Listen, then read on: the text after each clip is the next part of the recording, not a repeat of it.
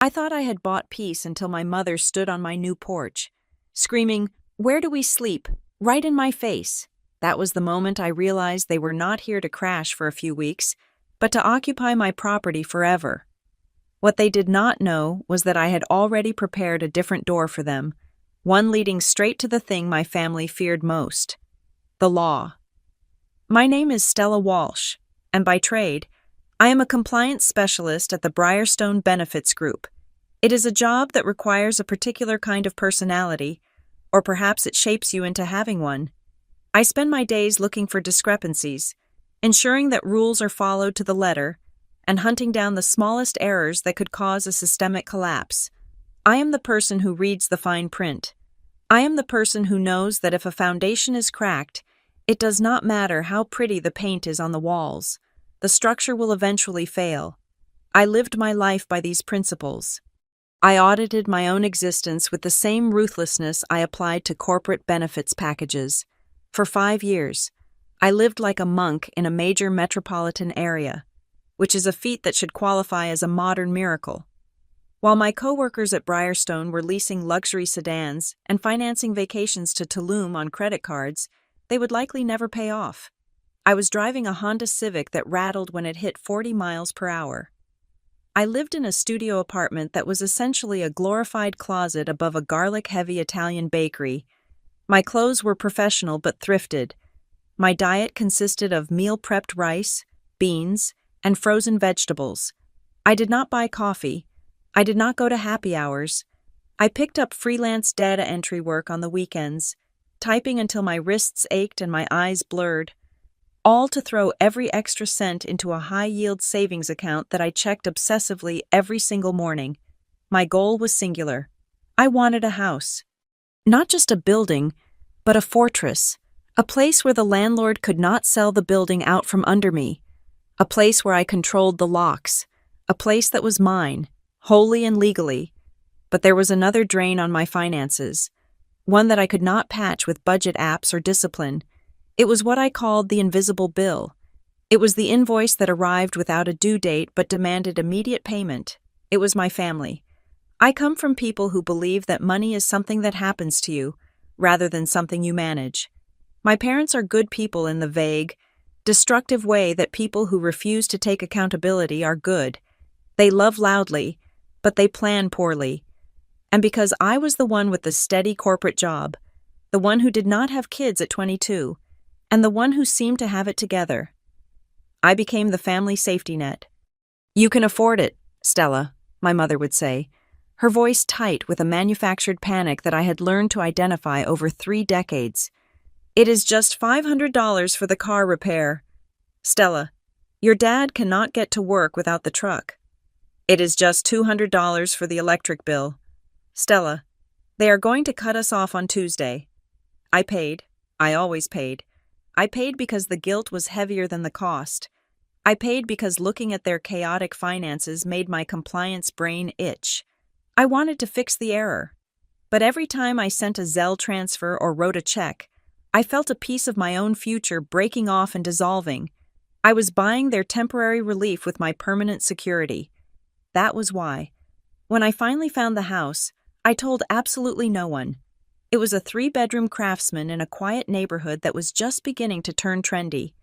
It had a porch that wrapped around the front, a garage that actually closed, and a backyard with an old oak tree that looked like it had been standing guard for 100 years. The price was high, terrifyingly high, but I had the 20% down payment. I had the credit score of 810. I had the pre-approval letter that I had printed out and kept under my pillow for 3 nights before making the offer. The closing day was a blur of beige walls and endless signatures. I sat in a title office that smelled of stale coffee and printer toner. I signed my name, Stella Walsh, over and over again. I initialed paragraphs about lead paint and radon.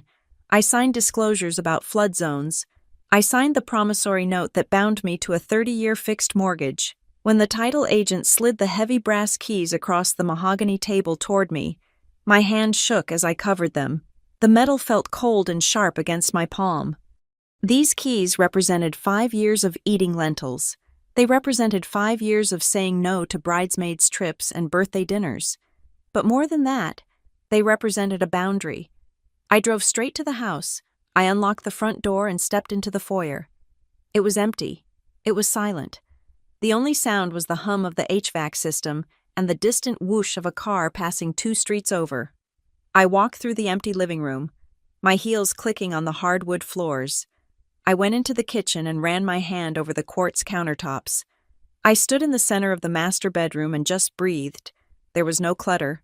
There were no piles of unpaid bills on the counter. There was no television blaring biased news channels. There was just space, my space. I made a vow right then and there. Standing in the slant of afternoon sunlight hitting the dusty floor, no one gets a key, not a boyfriend, not a friend, and absolutely not my family. This house was my sanctuary. It was the one place on earth where I was not the compliance specialist, not the daughter, not the sister, not the ATM. I was just the owner. I spent the next 2 weeks moving in secretly. I took days off work to meet the movers so no one would see me packing. I told my parents I was busy with a massive audit at Briarstone, so I could not come over for Sunday dinner. I effectively vanished. I wanted to imprint myself on the house before letting the chaos in. I wanted to wake up and drink coffee on my porch alone. I wanted to organize my spice rack without my mother rearranging it. I wanted to put my towels in the linen closet exactly how I liked them. By the 3rd Friday, I was settled. The boxes were broken down and recycled. The furniture was arranged. The internet was connected. I sat on my beige sofa, a glass of red wine in hand, looking at my perfectly curated living room. It felt safe. It felt finished. So, I made the mistake. I let my guard down. I took a picture of the front of the house.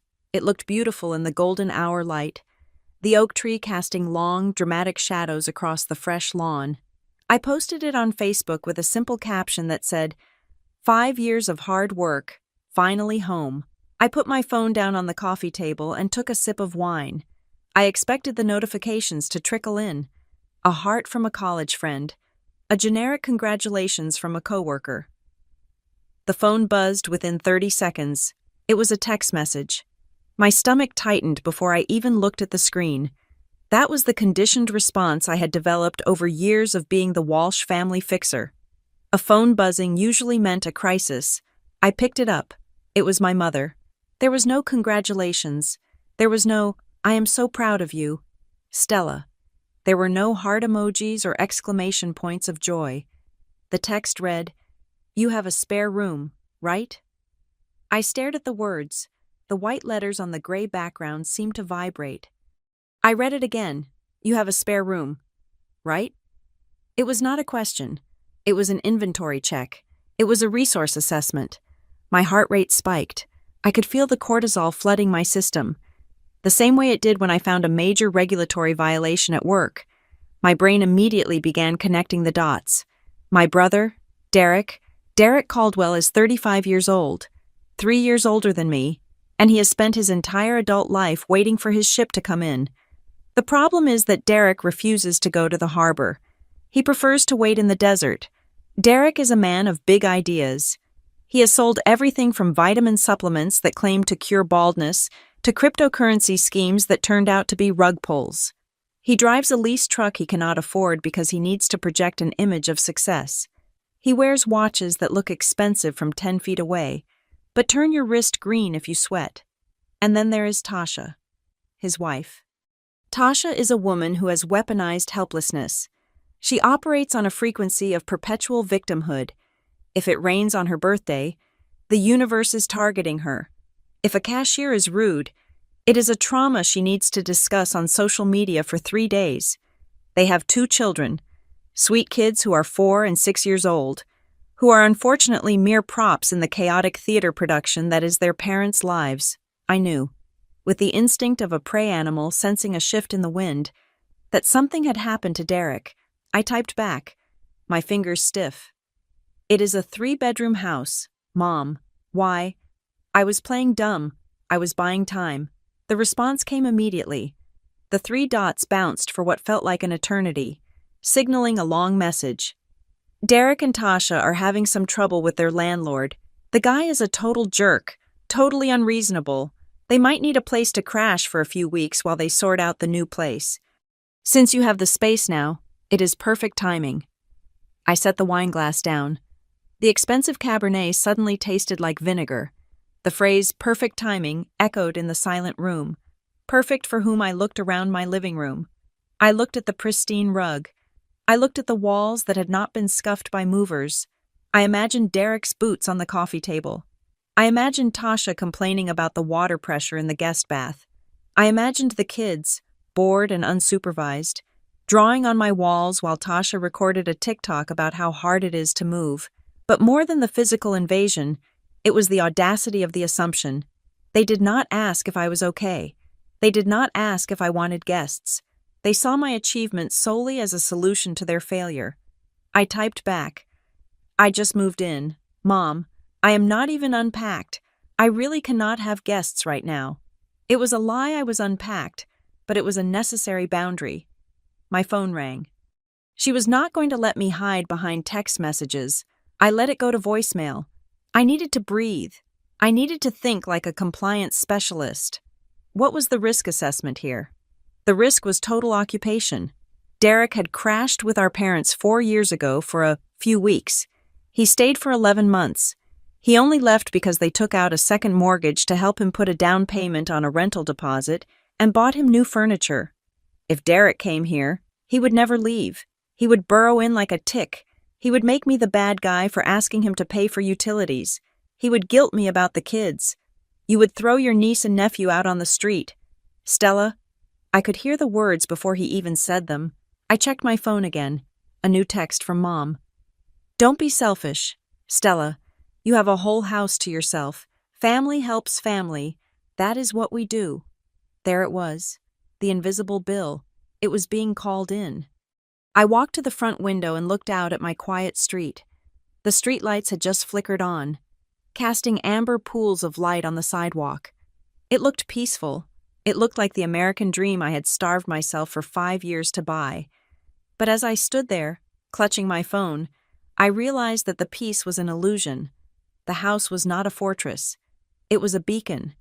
I had lit a signal fire that said, "I have resources," and the scavengers were already turning their heads toward the light. They were not asking for a favor. They were not asking for hospitality. They were notifying me of an impending arrival. I looked at the text again. That is what we do. No, that is what you do. That is what you have conditioned me to allow. I felt a cold resolve settle in my chest, sitting heavy alongside the anxiety. I had spent my professional life ensuring that corporations followed the law. I knew how to document. I knew how to build a paper trail. I knew that in the real world, feelings did not matter as much as facts. If they wanted to play this game, if they wanted to turn my sanctuary into a battleground, I would have to stop being the daughter and start being the compliance specialist. I did not reply to my mother. I put the phone on Do Not Disturb, but I knew the silence was temporary. They were coming. I could feel it. They were coming not to visit, but to collect. And for the first time in my life, I wondered if the lock on the front door was strong enough to keep out the people who shared my DNA. The silence I had purchased with 5 years of austerity lasted exactly 12 hours. The phone rang at 7 in the evening. I was sitting at my kitchen island, a granite slab that I had wiped down 3 times just because I liked the way it shone under the pendant lights. When I saw Derek's name flashing on the screen, the knot in my stomach tightened so violently it felt like I had swallowed a stone. I let it ring twice, 3 times, debating whether to let it go to voicemail. But avoidance is not a strategy. It is a delay tactic that usually compounds the interest on the problem. I slid the icon to answer and put the phone on speaker, setting it down on the cold granite. "Hey, Derek," I said. My voice sounded calm, practiced. It was my work voice, the one I used when telling a department head that their expense reports were non-compliant. "Stella, finally," Derek's voice boomed through the kitchen. He sounded breathless, agitated, the way he always did when he was about to ask for something while pretending he was doing you a favor. "Look, I know you are busy with the new place and all that. Congrats. By the way, big moves. Listen, we are in a bit of a bind." He did not ask how I was. He did not ask if I had unpacked. He went straight for the throat. "What is going on?" I asked, though I already knew the script. "It is our landlord," Derek said, and I could hear the sneer in his voice. The guy is totally unreasonable. He's been riding us for months about the kids making noise. You know how kids are, right? They run around. It is normal. But this guy, he is obsessed. He claims we are damaging the hardwood or whatever. Anyway, he gave us a notice to vacate, just totally out of the blue. It is illegal, honestly, and I am going to talk to a lawyer about suing him for wrongful eviction. But right now, we need to get out of there before things get ugly. I closed my eyes. The lie was so thin it was transparent. Derek had never sued anyone in his life because suing requires filing fees and lawyers requires retainers. Derek gets evicted because Derek stops paying rent. It is a cycle as predictable as the tides. "He gave you a notice to vacate today," I asked, keeping my tone neutral. "Usually, those come with a 30-day warning. Derek, did you get a 30-day notice?" "He posted it a while ago, but I thought he was bluffing," Derek said quickly, stumbling over the timeline. "Look, the details do not matter. The point is, Tasha is freaking out. The kids are scared. We just need a landing pad. Just for 2 or 3 weeks. Just until I close this deal with the distribution partners in Florida. Once that commission check hits, we are putting a down payment on a luxury condo downtown. We just need a bridge. Stella, 2 or 3 weeks. In the language of the Caldwell family, 2 or 3 weeks is a unit of measurement that actually means 6 to 18 months. It means forever until forced out." "I cannot do that. Derek," I said. I kept my sentence short. No justifications, just the refusal. There was a pause on the other end. The breathless, buddy-buddy tone evaporated instantly, replaced by a cold, sharp edge. "What do you mean?" "You cannot?" Derek asked. "You have a 3-bedroom house. Mom told me. You are living there alone. You have 2 empty rooms just sitting there collecting dust while your nephew and niece are about to be homeless. I am not a hotel. Derek, I just moved in. I am not set up for a family of 4. "We do not need setup," he shouted. The volume made me flinch. "We have air mattresses. We will sleep on the floor.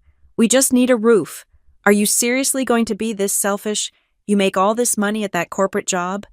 You buy a house that is way too big for one person, and now you act like you are too good for your own blood." "My income is not the conversation here," I said, leaning against the counter to steady myself. "And neither is the size of my house. The answer is no. Derek, you cannot live here." "I am not asking to live there," he screamed. "I said 2 weeks, are you deaf? 2 weeks. If it is really just 2 weeks, I said, cutting through his noise, then you can stay in a motel. There is a Motel 6 off the interstate. It is $60 a night. $60 a night, he laughed, a harsh barking sound. You think I have $1,200 just lying around for a motel? All my cash is tied up in inventory right now. That is why I'm calling you. If your cash is tied up, how are you going to move into a luxury condo in 2 weeks? I asked. It was a logical trap, and I knew he would hate me for setting it. You are such a bitch, Stella, he spat. You always have been. You think because you sit in an office all day pushing papers that you are better than us. You think you are so smart. You know what? Forget it. I will figure it out. I always do. The line went dead. I stood there, my heart hammering against my ribs. I knew it was not over. This was just the opening salvo. Derek was the hammer, but my mother was the anvil. They worked in concert to crush any resistance I offered. 5 minutes later, my phone buzzed. It was not a call this time. It was the family group chat. The chat included me, Derek, Tasha, Mom, and Dad. Mom. I cannot believe what I am hearing. Stella, call me immediately. Mom. Your brother is crying. Tasha is having a panic attack. How can you be so cold? Mom. Those are your brother's children, innocent babies. You would let them sleep in a car. I stared at the screen. The narrative was being rewritten in real time. I was no longer the sister who declined a house guest. I was the monster who was forcing children to sleep on the streets. Tasha chimed in a moment later. Tasha. I guess we know where we stand. Rich people don't need family, I suppose. The emoji broke me. It was so performative. I sat down at the island and began to type. I needed to be clear. I needed to be generous enough to kill the selfish narrative, but strict enough to protect my property. I treated it like a compliance email. Me. I am not letting anyone sleep in a car. I am willing to help. I will pay for 2 weeks at the Motel 6 on Main Street. I will put it on my credit card. That gives you 14 days to find a new apartment. I hit send. I waited. Derek. We are not staying in a dump like the Motel 6. Tasha has allergies. The kids need a kitchen. We are not trash. Stella. Me. It is a safe, clean place. It is a roof. If the alternative is the car, surely a motel is better. Mom. Stella. Stop this nonsense. You have a brand new house. It is empty. Why are you wasting money on a motel when family can stay together? It makes no sense. You are just being stubborn. Me. I am offering a solution. I will pay for the motel. Or, if you find a rental place this week, I will lend you the money for the security deposit. Up to $2,000. I paused, then added the condition that I knew would detonate the conversation. Me. But if I lend you the deposit money, I want it in writing. I will draft a standard promissory note. 0% interest, but a fixed repayment schedule, $50 a month.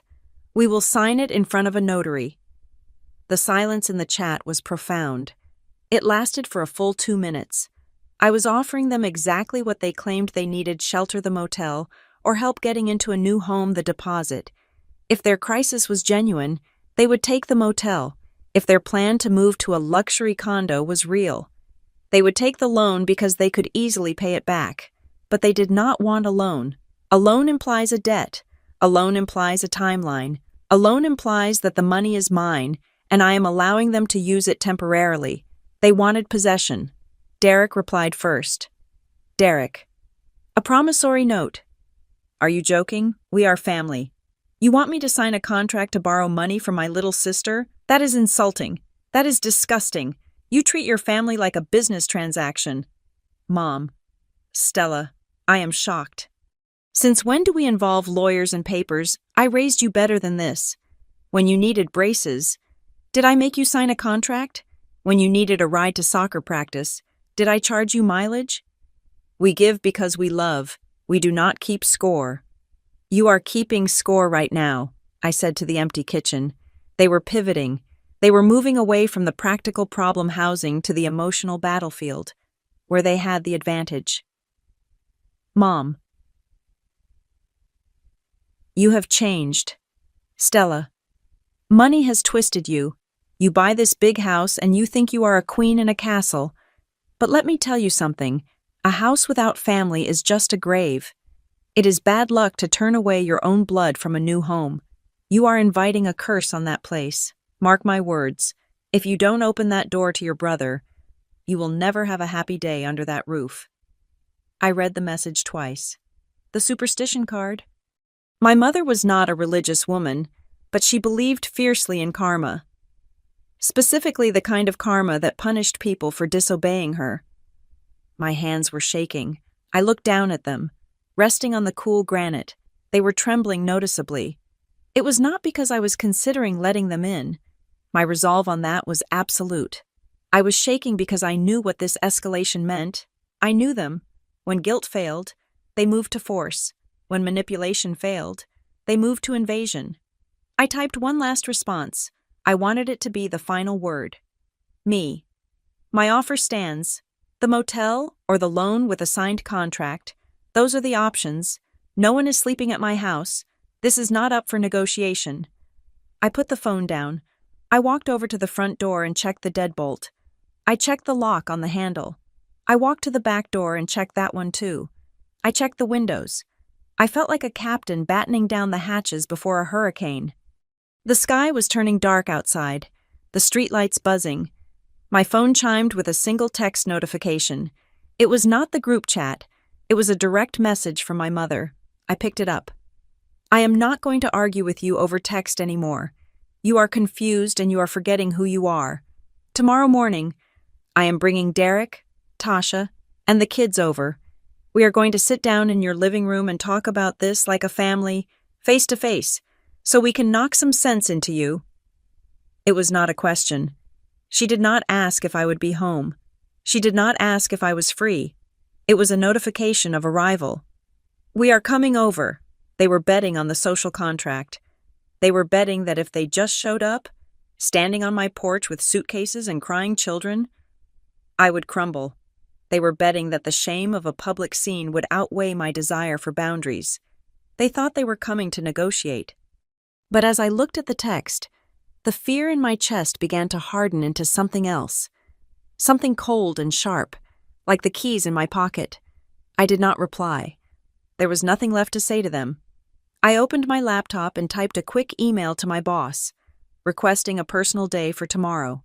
Then, I opened a new browser tab and searched for the non-emergency line for the local police department, just to have the number saved in my contacts. They were coming to talk. I was preparing for war. The morning sun was hitting the quartz countertops in my kitchen, creating little prisms of light that danced across the backsplash. It was 9 a.m. I had called out of work, citing a family emergency, which was technically the truth. Even if my definition of the emergency differed vastly from that of my family, I was dressed not in pajamas, but in a pair of dark slacks and a crisp white button-down shirt. It was my armor. If I was going to be dragged into a war, I would not be fighting it in a bathrobe. I was finishing my second cup of black coffee when the silence of the house was shattered. It did not start with a knock. It started with the electronic chime of the doorbell, a cheerful two-note melody that sounded grotesque given the circumstances. Then came the pounding. It was a heavy, rhythmic thumping, the sound of a fist making contact with wood, demanding, not requesting. My heart hammered against my ribs, a physical echo of the noise at the door. I did not move toward the foyer immediately. Instead, I picked up my phone and opened the security app connected to the camera I had installed the day I moved in. The video feed loaded in high definition, the fisheye lens distorting the edges of the frame but leaving the center perfectly clear. They were all there. It was a full invasion force. My mother stood closest to the lens, her face distorted by the angle, her mouth moving rapidly as she shouted something I could not hear yet. My father stood behind her, looking down at his shoes, his posture slumped in that familiar display of weaponized passivity. And then there was Derek. He was wearing sunglasses, despite the overcast sky, and he was dragging a suitcase. But it was not just one suitcase. I stared at the small screen, my blood turning to ice, behind Derek and Tasha. The driveway looked like an airport baggage claim. There were 3 large, battered suitcases. There were 4 black garbage bags, the kind people use to move clothes when they are in a hurry. There were 2 plastic storage bins stacked precariously on top of each other. Tasha was holding the baby, and my 4-year-old nephew was sitting on a plastic tricycle that they had somehow dragged along with them. They had not come to talk. They had not come to negotiate. They had come to move in. The pounding stopped for a second, then resumed with double the intensity. "Stella, I know you are in there. Your car is in the driveway." My mother's voice was muffled by the heavy oak door but still audible. I took a deep breath, inhaling through my nose and exhaling through my mouth, just as I did before walking into a compliance audit with the federal regulators. I walked to the front door. I unlocked the deadbolt, the metallic clack echoing in the foyer. I opened the heavy wooden door, but I did not unlock the storm door. I kept the glass barrier between us. The moment they saw me, the energy on the porch shifted from impatience to aggressive entitlement. My mother reached for the handle of the storm door and rattled it violently. It held fast. "Open this door right now," she hissed, her eyes darting toward the street. "People are watching. Do not embarrass us like this." She was already playing the game. She was trying to make me an accomplice to her social anxiety. She wanted me to open the door not because it was the right thing to do, but because the neighbors might see us. I looked her in the eye through the glass. I told you yesterday. Mom, no. Open the door. She raised her voice, abandoning the whisper. We have the grandbabies out here. It is chilly. Are you crazy? The answer is no, I said, my voice steady, though my knees felt like water.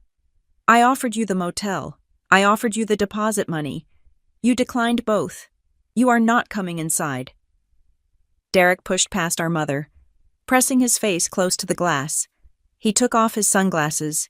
His eyes were bloodshot, and he had the frantic, cornered look of a man who had burned every bridge behind him and was now demanding a boat. You are going to leave us on the porch, Derek shouted. He turned his body outward, projecting his voice toward the street, treating my front lawn like a stage. Everyone look! Look at my rich sister! She is leaving her own family out on the street. She is leaving children to freeze. It was 65 degrees outside. No one was freezing, but facts were irrelevant to Derek. Stop screaming, Derek, I said. This is a residential neighborhood. Then let us in, he roared. You want us to be quiet. Open the damn door. We have nowhere else to go. That is not my problem, I said. It felt cruel to say it, but I knew that any softness would be interpreted as a surrender. You had 24 hours to find a motel. A motel, Tasha chimed in. She was rocking the baby, and as if on a hidden signal, she began to cry. It was a weeping that started low and ramped up quickly to a wail. I cannot believe this. I just cannot believe a human being could be this heartless. We just need a bed. Stella, just a bed. I looked past them at the mountain of luggage. You did not bring suitcases for a visit, I said, pointing at the bags. You brought your entire life. You are not here to stay for a week. You are here to squat. My mother's face turned a mottled shade of red. She slammed her palm against the glass. How dare you, she screamed. How dare you use that word, squat? We are your family. I gave birth to you. I wiped your nose. I paid for your piano lessons. And now you stand there in your fancy house that you bought with the success we gave you, and you call us squatters. I bought this house, I said.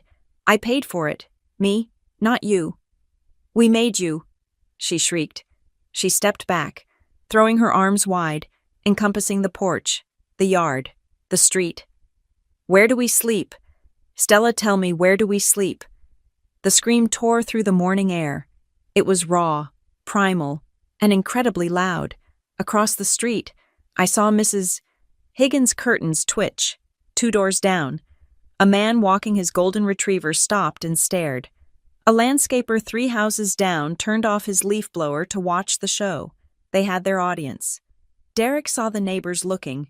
He pulled his smartphone out of his pocket. I saw the red circle on his screen.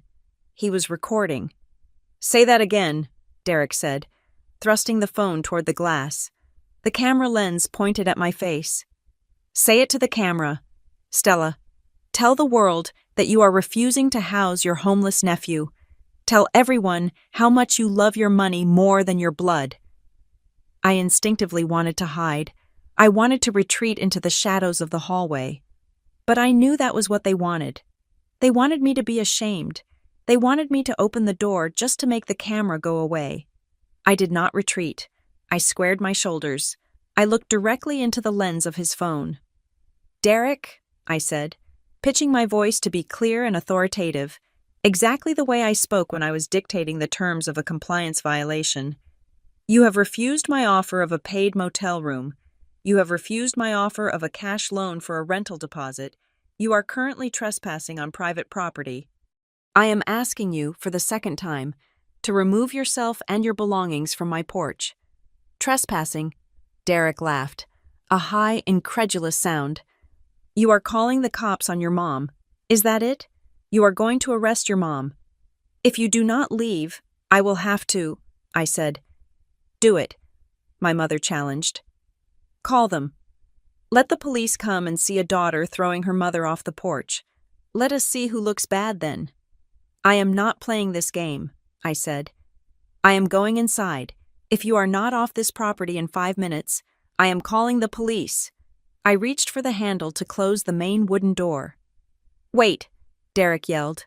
I paused. Derek lowered the phone. The manic energy seemed to drain out of him, replaced by a sudden, sickening calm. A smirk tugged at the corner of his mouth. It was a look I recognized from our childhood. It was the look he gave me right before he broke one of my toys and blamed it on gravity.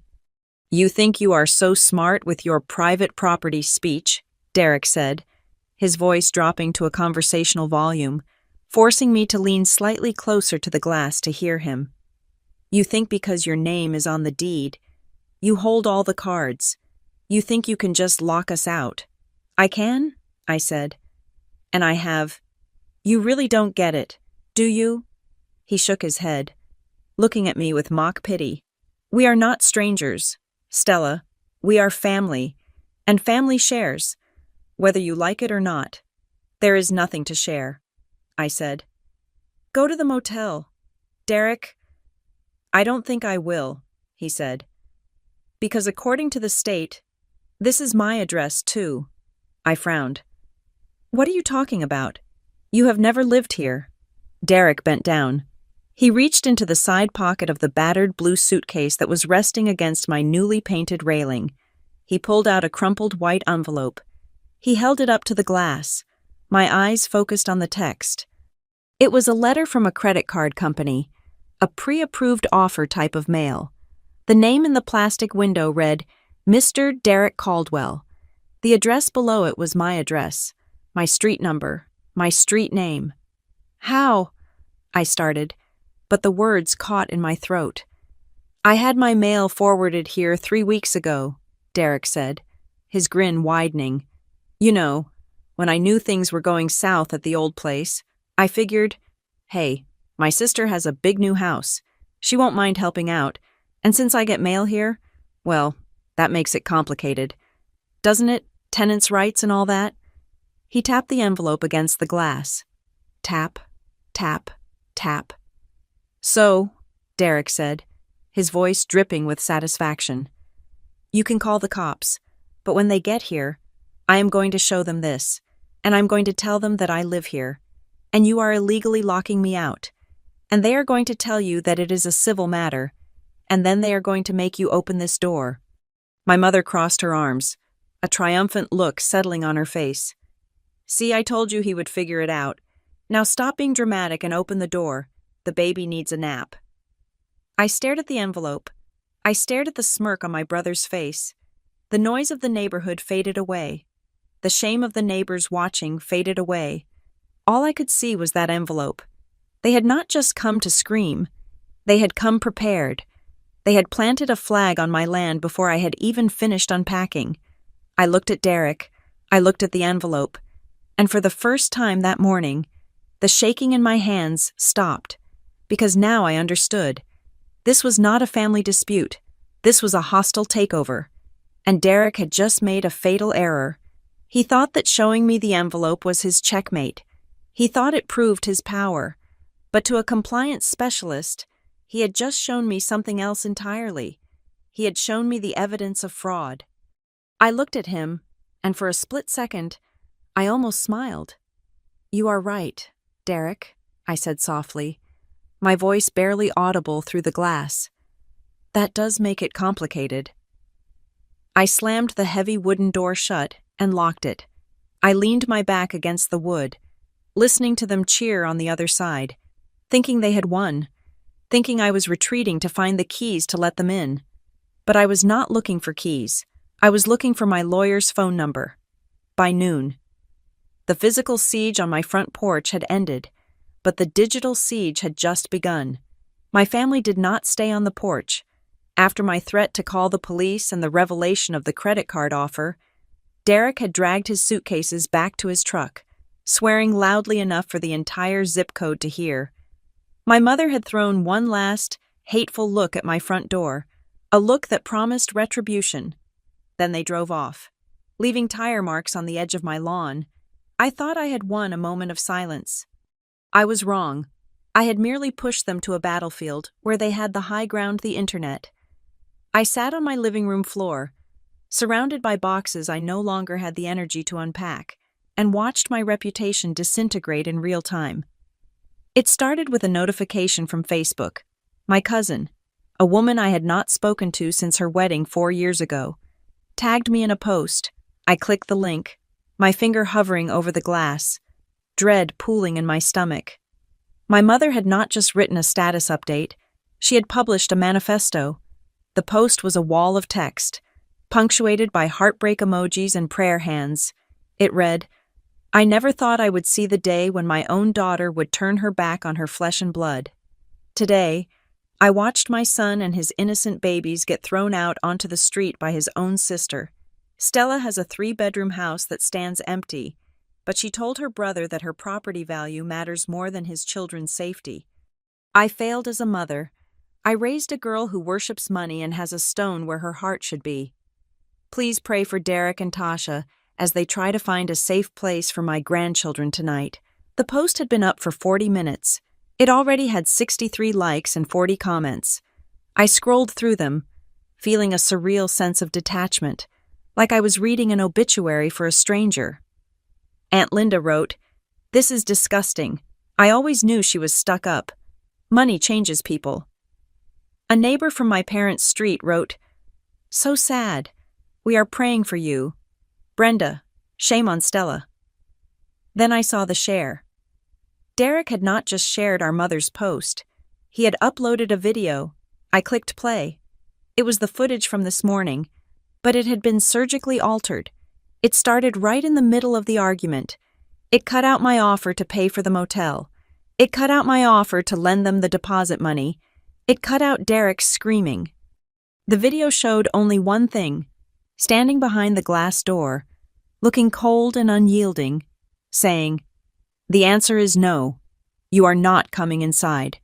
Then it cut to Derek saying, "You are leaving children to freeze," and me closing the door in his face.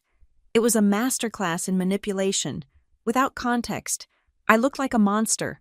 I looked like the villain in a Dickens novel, hoarding coal while the orphans froze.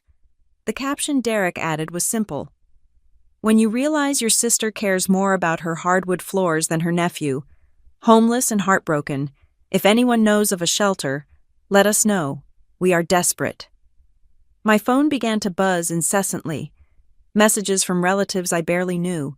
Messages from high school friends who had seen the post. "Is this true? Wow. Stella. Just wow. I hope you sleep well at night." I felt a wave of nausea. This was not just venting. This was a coordinated character assassination. They were weaponizing the community against me to shame me into submission. They wanted me to break. They wanted me to call them, crying, begging them to come back just to make the notifications stop. But the social shaming was just the first layer. The second layer was much more dangerous. At 1 p.m, my work email pinged on my phone. I usually kept my work notifications off when I was on leave, but in my anxiety, I had forgotten. I glanced at the screen. The subject line made my blood run cold. Urgent personnel matter. Ethics concern. It was from the Director of Human Resources at Briarstone Benefits Group. I opened the email, my hands trembling. "Dear Ms. Walsh, we have received a disturbing communication regarding your conduct. While we respect the private lives of our employees, Briarstone holds its staff to the highest standards of ethical behavior and stability. We have received an anonymous complaint alleging unstable behavior and moral turpitude that could reflect poorly on the company's reputation. We need to schedule a call immediately to discuss this." I stared at the words, moral turpitude. They had emailed my job. It had to be Tasha. She knew how to navigate corporate websites. She knew exactly where to find the ethics hotline. They were not just trying to ruin my reputation with Aunt Linda. They were trying to cut off my income. They knew that if I lost my job, I would lose the house. And if I was at risk of losing the house, maybe I would need roommates. Maybe I would need family. It was a scorched earth tactic. If they could not have the house, they would make sure I could not keep it either. I dialed the number for HR immediately. I could not let this fester. I had to go into compliance mode. I had to be the professional they hired, not the villain on Facebook. "This is Stella Walsh," I said when the director answered. My voice was steady, Iron hard. I received your email. I want to state for the record that I'm currently the victim of a targeted harassment campaign by estranged family members who are attempting to extort housing from me. The allegations are false, retaliatory, and I can provide documentation of the harassment if necessary. The director paused. I see. We received an email claiming you were abusing children and hoarding stolen assets. It was quite specific. It is a lie, I said. I just purchased a home. My brother demanded to move in. I refused. This is his retaliation. I am happy to forward you the police logs if I decide to file a report. That may be necessary, the director said, her tone softening slightly but still wary. We just need to ensure there is no blowback on Briarstone. Keep us informed, Stella. And good luck. I hung up. I was safe for the moment, but the threat was real. They had crossed a line that most families never approach. They had attacked my livelihood. I sat in the silence, the adrenaline turning into a cold, hard rage. I was done being the victim. I was done feeling guilty. I opened a folder on my laptop and named it Case File. I started screenshotting everything. I captured my mother's post. I captured every single comment that contained a threat or a defamation. I downloaded Derek's video. I went to Tasha's Instagram. She had posted a story 5 minutes ago. It was a photo of her suitcase standing on a sidewalk, not even my sidewalk, just a random piece of concrete. The caption read, I have never seen such cruelty. We are sitting here wondering where to go. Prayers needed. I screenshotted it. Then, a text came in from my father. My father? The silent partner. The man who stood in the background and let my mother wield the knife. Stella, the text read, I am disappointed. Your mother is a mess. The boys are crying. You have caused a lot of pain today. Just let them stay for a few weeks until this blows over. Be the bigger person. Fix this. Fix this. That was my role. I was the fixer. I was the one who cleaned up the mess. But he was not asking me to clean up a mess. He was asking me to lay down and let them walk over me so he could have a quiet evening. I did not reply. I took a screenshot of his text and added it to the folder. I spent the next 2 hours combing through the digital wreckage. I found comments from Derek's friends threatening to come over and teach her a lesson. I saved them all. I was building a timeline. I was acting like the auditor I was paid to be. At 4 p.m, I decided to check my email one last time before closing the laptop. I wanted to make sure there were no more surprises from HR. There was nothing from HR, but there was an email from the city utility company. The subject line was standard confirmation of service transfer request. I frowned. I had not requested a transfer. I had set up my electric and water service 2 weeks ago. In my name, Stella Walsh. I opened the email. Dear customer, this email is to confirm that your request to transfer the utility services at my address has been processed. The account has been successfully moved to the new responsible party, Derek Caldwell, effective immediately. A final bill will be sent to your previous address. I stopped breathing. The air in the room seemed to vanish. I read it again. Derek Caldwell. They had not just posted mean things on Facebook. They had not just emailed my boss. Derek had called the utility company.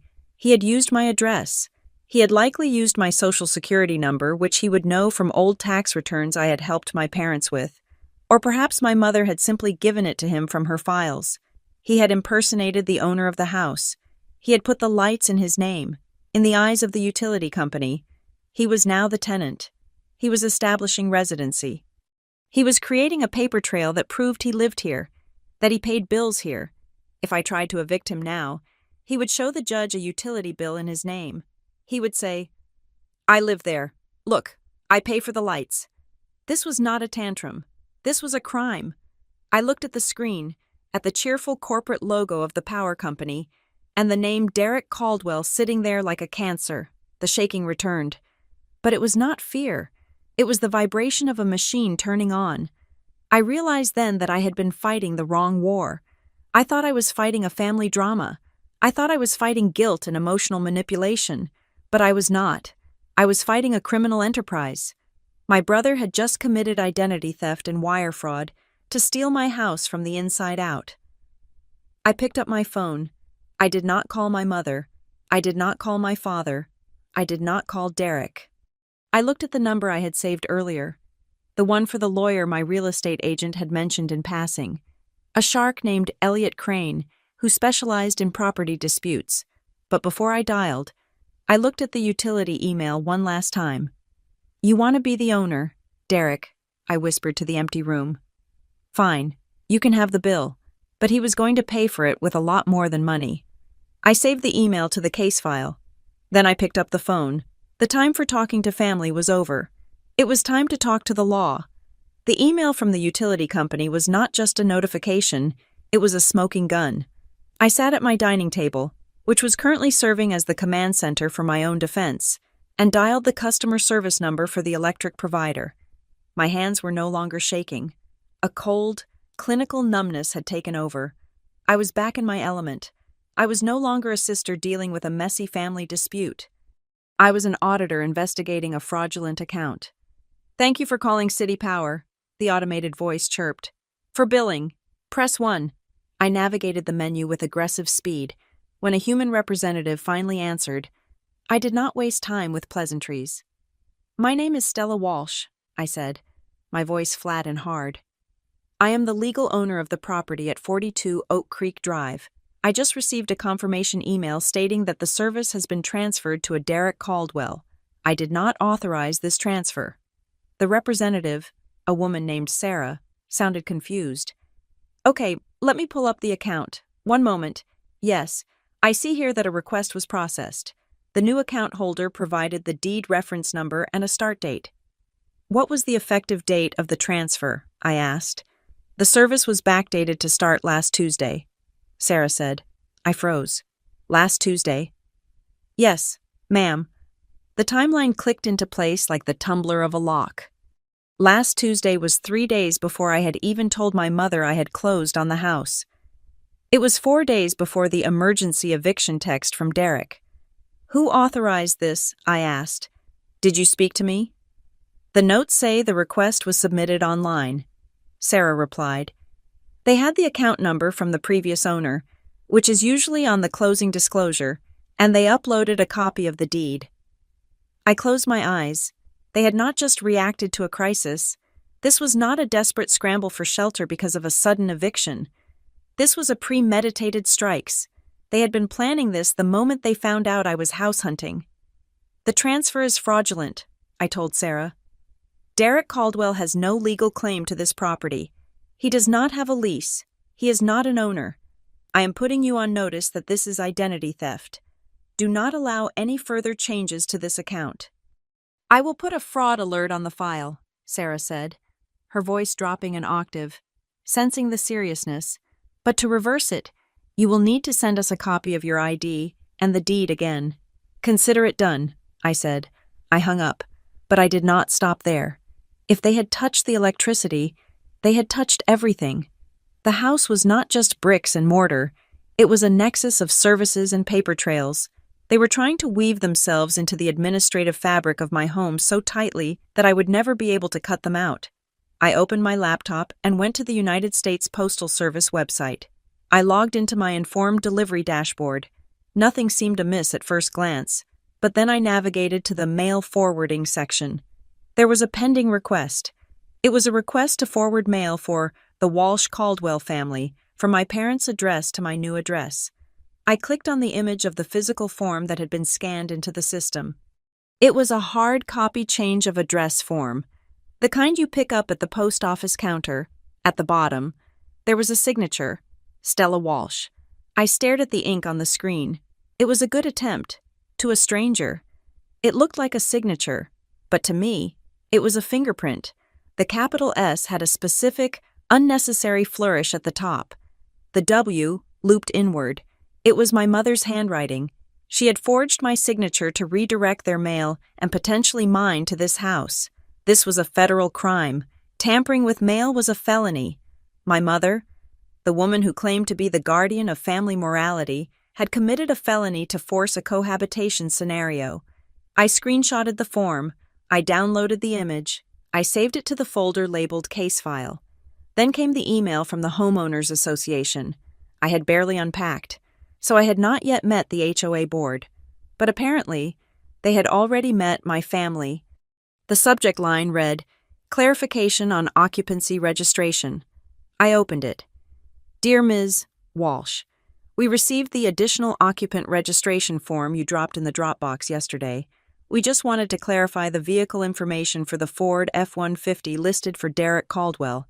Please confirm the license plate number so we can issue the parking pass." I had not dropped anything in a Dropbox. "I did not submit that form," I whispered to myself. I replied immediately, asking for a copy of the document. The HOA manager emailed it back within 10 minutes. It was a form listing Derek, Tasha, and the 2 children as permanent residents. It listed Derek's truck, it listed Tasha's sedan, and at the bottom, in that same flowery forged script, was my name. My mother had driven to the HOA office, filled out the paperwork, forged my signature, and submitted it. She was trying to get them parking passes. She was trying to get them gate codes. She was trying to give them legitimate access to the community without them ever needing a physical key to my front door. If they had parking passes and utility bills in their name and mail delivered here, the police would never remove them.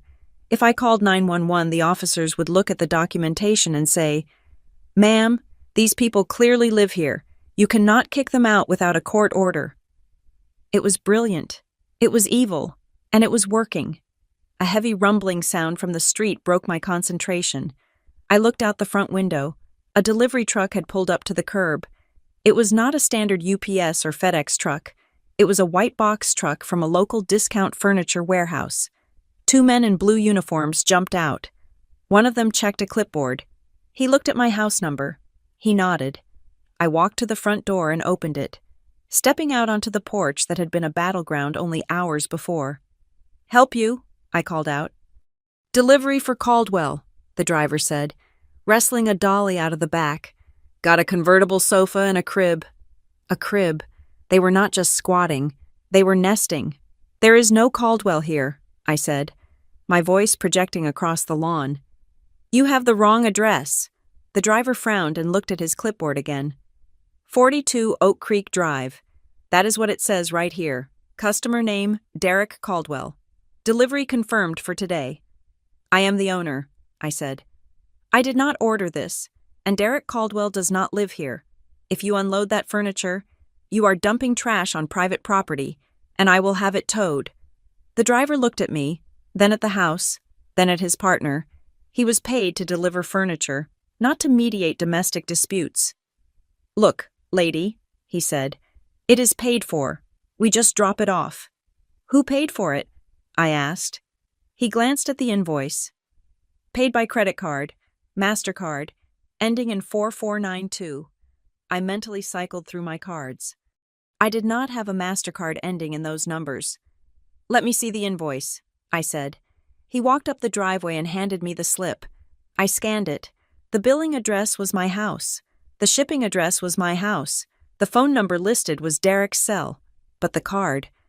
"I do not recognize this payment method," I said. Then it hit me. A cold shiver that started at the base of my spine and wrapped around my throat.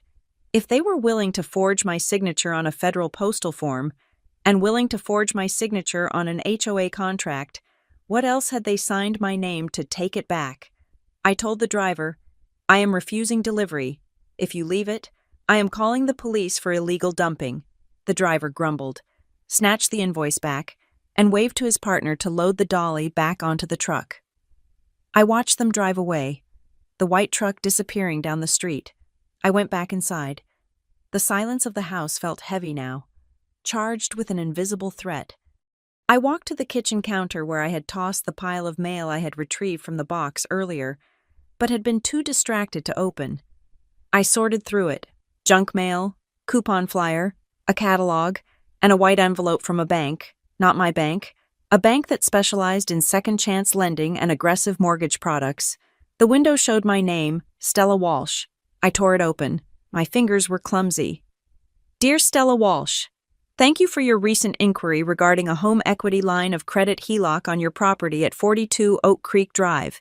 We are pleased to inform you that based on the preliminary assessment of the property value, you may be eligible to tap into up to $50,000 of equity.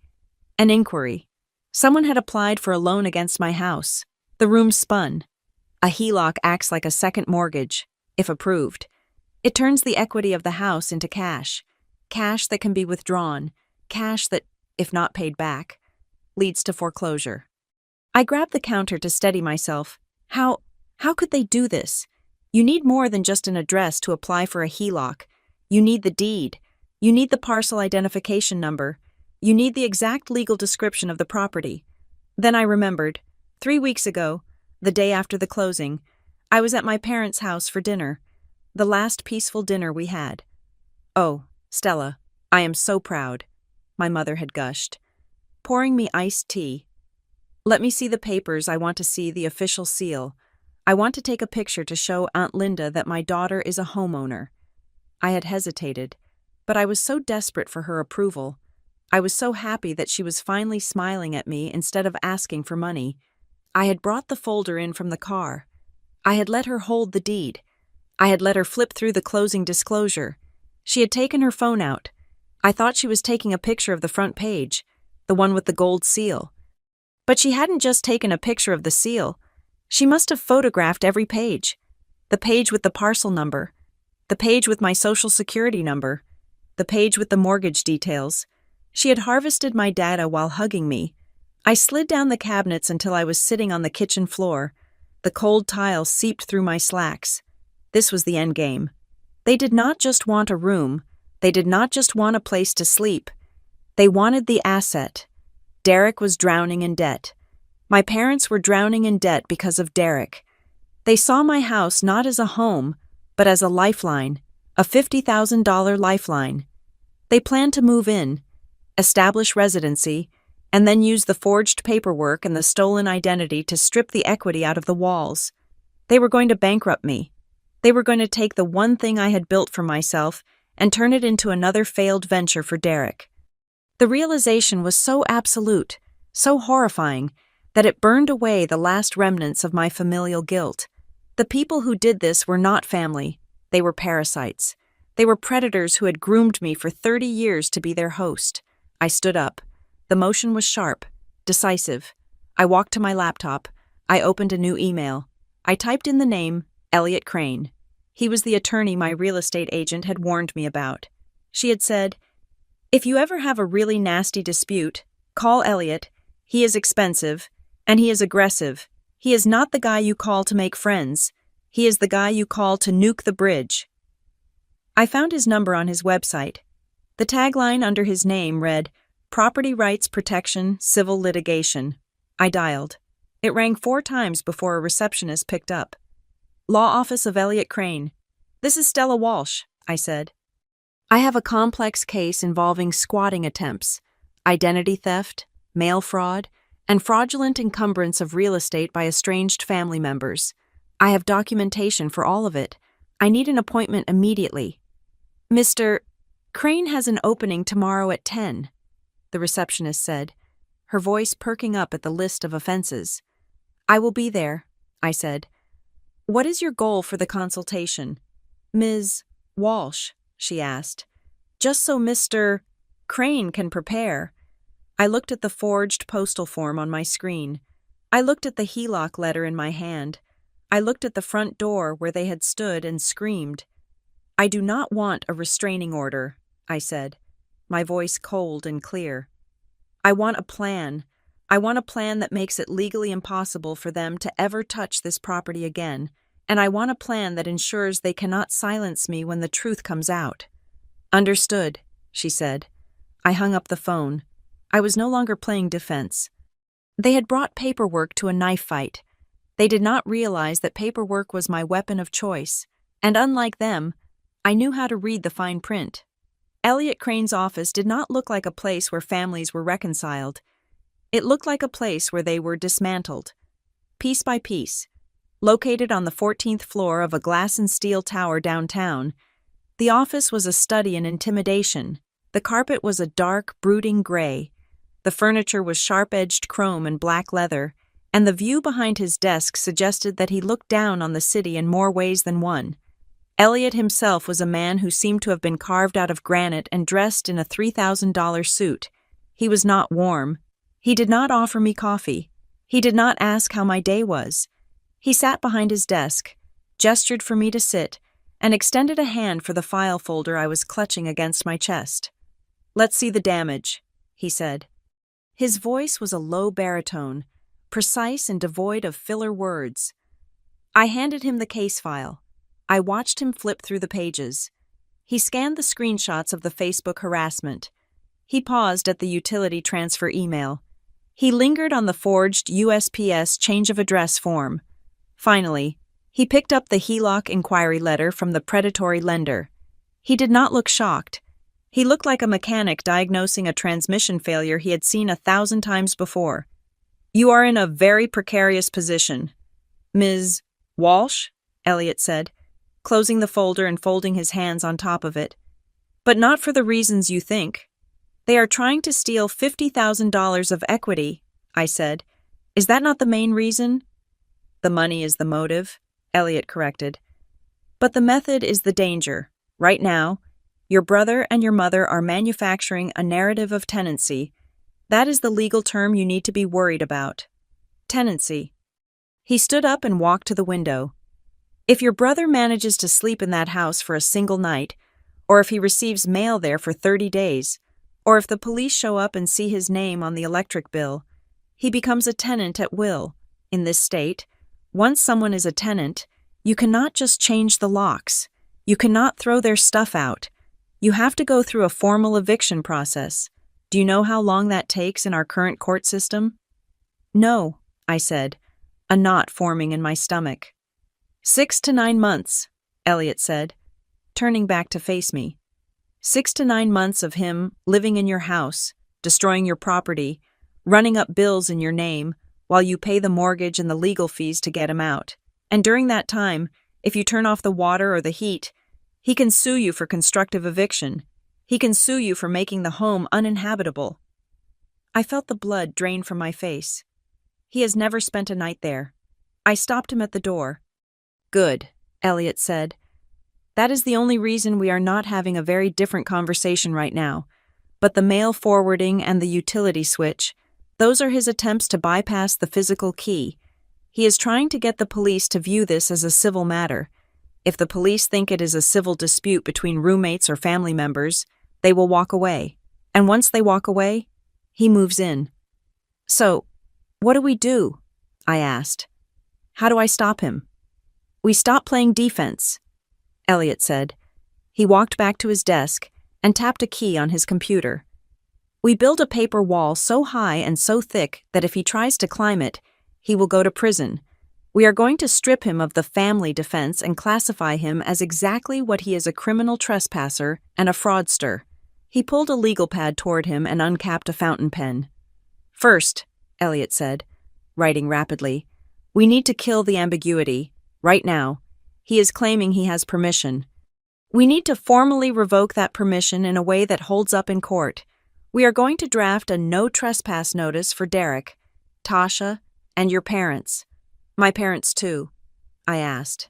"Everyone," Elliot said without looking up. "Your mother is the architect. Your brother is the demolition crew. They all get one. This isn't a text message. Stella, this is a formal legal document stating that their license to enter the property is revoked. We will serve it via certified mail with a return receipt requested. That little green card you get back with their signature, that is your golden ticket. Once they sign for it, if they step 1 foot on your driveway, it is no longer a family visit. It is criminal trespass in the 2nd degree. It gives the police the authority to arrest them on site." "Okay," I said. "Do it." "Second," Elliot continued, "the mail? This is federal. Forging a change of address form is a felony. We are going to file a formal complaint with the United States Postal Inspection Service today. We are going to flag the address for fraud. We are going to cancel the forwarding request and put a hold on all mail delivery to your home that does not match your specific name." "And the utilities?" I asked. "We are going to lock them down," he said. "You are going to call them right now, from this office. You are going to tell them you are a victim of identity theft. You are going to set up a two-factor authentication PIN for every single account. Water, gas, electric, internet. Make the PIN something random, not your birthday, not your graduation year. 6 random digits. Without that PIN, no one can change the name, no one can shut it off, and no one can add a user. Elliot looked me in the eye. We are going to make your house invisible to them. We are going to cut every administrative cord they have tried to attach. And the loan? I asked. The HELOC inquiry. That is the leverage, Elliot said, a small, cold smile touching his lips. We are going to hold on to that. If they escalate, we file a police report for identity theft and attempted financial fraud. That is serious jail time. We will use that to ensure they stay away once the dust settles. But for now, let's secure the perimeter. I spent the next hour in Elliot's office, not crying, but working. We drafted the notices. The language was stark and beautiful in its brutality. Notice against trespass. To Derek Caldwell. You are hereby notified that you are forbidden from entering, remaining upon, or otherwise occupying the premises located at 42 Oak Creek Drive. Any violation of this notice will result in immediate prosecution to the fullest extent of the law. It was not a plea, it was a command. When I left Elliot's office, I felt lighter. I had a stack of certified envelopes in my bag and a to-do list that felt manageable. My first stop was the post office. I stood in line, clutching the envelopes that contained the trespass notices. When I reached the counter, I requested certified mail with return receipts for all 4. That will be $32.40, the clerk said. I paid it gladly. It was the cheapest insurance I had ever bought. While I was there, I asked to speak to the station manager about the fraudulent forwarding. I showed him the screenshot of the forged signature. He took it very seriously. He gave me a case number and immediately voided the order in the system. We will put a watch on this address, the manager told me. Nothing gets forwarded to or from there without ID verification in person. One loophole closed. I sat in my car in the parking lot and made the calls to the utility companies. City Power, how can I help you? This is Stella Walsh, I said. I need to speak to the fraud department. It took 40 minutes of being on hold, but I got through. I reversed the name change on the electric bill. I had them note the account unauthorized transfer attempt. Then, I set the PIN, 491723, a sequence of numbers from the serial code of my first laptop. Derek would never guess it. I did the same for the water, the same for the gas, the same for the internet. With every PIN I set, I felt a heavy chain locking across the virtual doors of my life. I was taking back my name. I was taking back my agency. My next stop was the hardware store. I bought a new set of smart locks for the front and back doors. I bought cameras, not the cheap ones, but high-definition cameras with audio recording and cloud storage. I bought sensors for the windows. Then I drove home. The house was quiet when I arrived. I did not go inside immediately. I walked to the garage keypad. It was a standard keypad that came with the house. I had not changed the code yet because I had been so busy. The default code was usually something simple, or the previous owners used a birthday. But my mother knew my codes. She knew I used the last 4 digits of my social security number for almost everything out of habit. I reset the garage opener. I wiped the memory completely.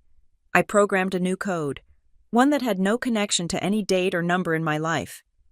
I spent the rest of the afternoon turning my home into a fortress. I replaced the deadbolts.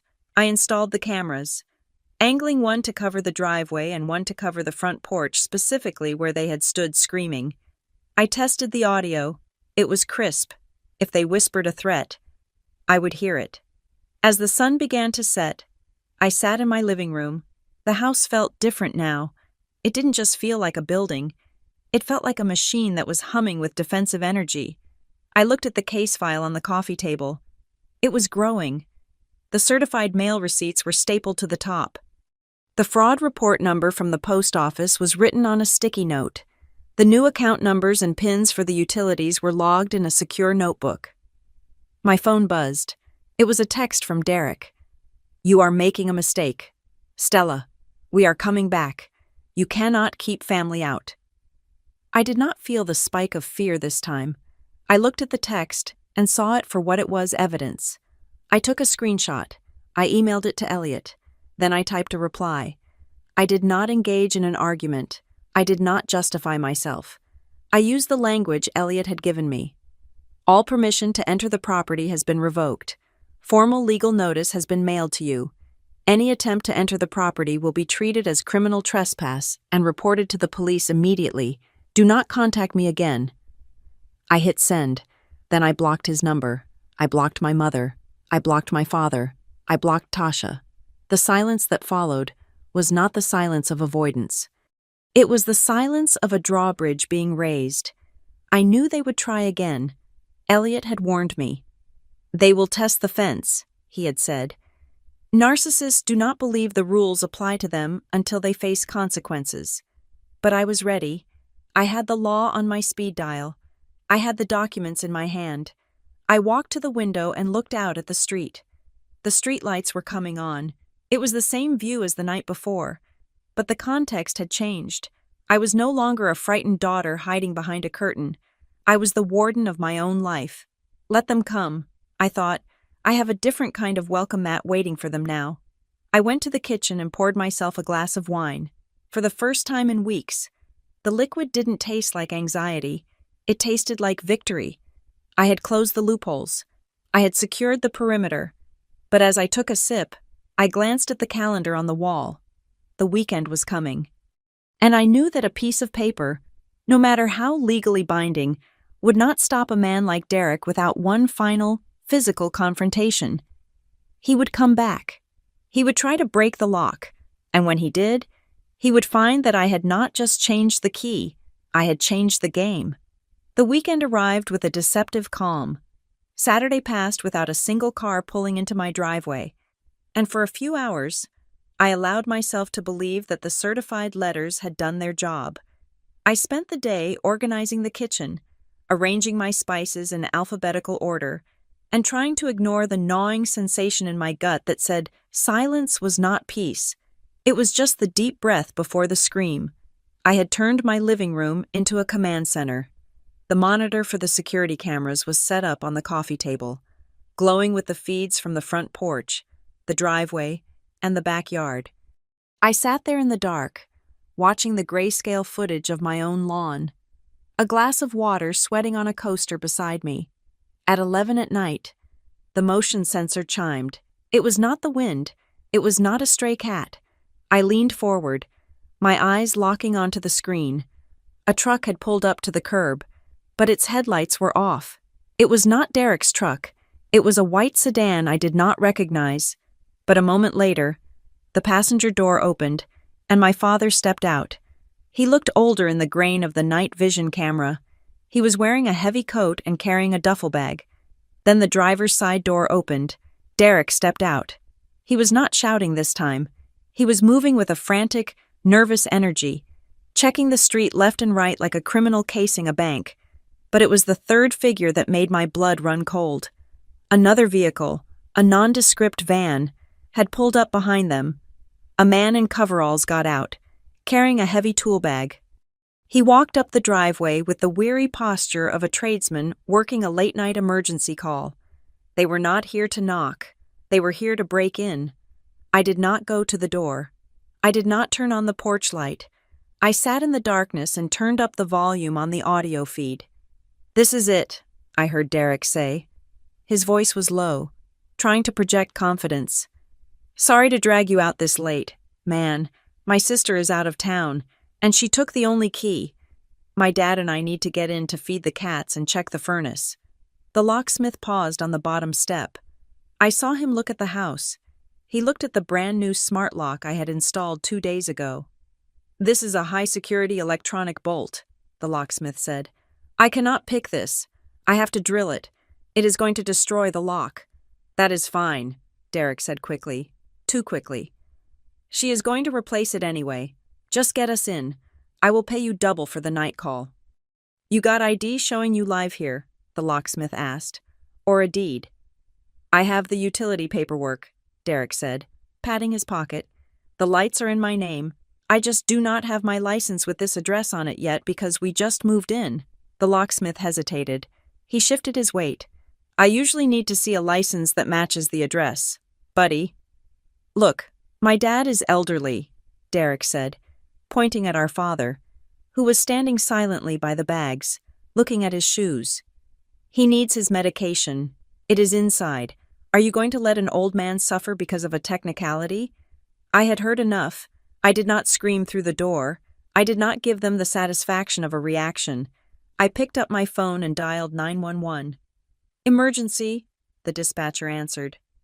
This is Stella Walsh, I said, my voice quiet and precise. I am at 42 Oak Creek Drive. I have intruders on my front porch attempting to drill out my lock. I am the sole owner. I am alone inside. They have a locksmith with them and are using fraudulent documents to gain entry. Are you in immediate danger, ma'am? They are about to drill the lock, I said. I have a protection plan in place, but I need officers now. Officers are dispatched. Stay on the line. I kept the phone to my ear and watched the screen. The locksmith had pulled out a drill. The whine of the motor revving up cut through the audio feed. Wait, Derek said. Do it quick, before the neighbors wake up. My phone buzzed with another call. It was my mother. I looked at the screen. I knew I should not answer, but I needed to stall them for the 2 minutes it would take for the patrol car to arrive. I merged the calls, keeping the dispatcher on the line, but muted. Hello, I said. The video feed of my mother's face filled my screen. She was sitting in her kitchen, wrapped in a shawl, her eyes puffy. It was a performance. Stella, she wailed. Stella, please, your brother is outside. He has nowhere to go. It is freezing tonight. He has the baby in the car. There is no baby in the car. Mom, I said, watching the security feed. I see the car. It is just Derek and Dad. The baby is with Tasha, she stammered, caught in the lie. But Derek needs a bed. Your father is with him. You are going to leave your father on the street. They are not on the street, I said. They are attempting to break into my house with a drill. That is burglary. It is not burglary, she screamed, dropping the sad act instantly. It is his home. He has the electric bill. He has rights. Listen to me closely, I said. Officers are 3 minutes away. If they are still on my porch when the police arrive, they are going to jail. Tell them to leave. You called the cops, she gasped. On your father? I called the cops on intruders, I said.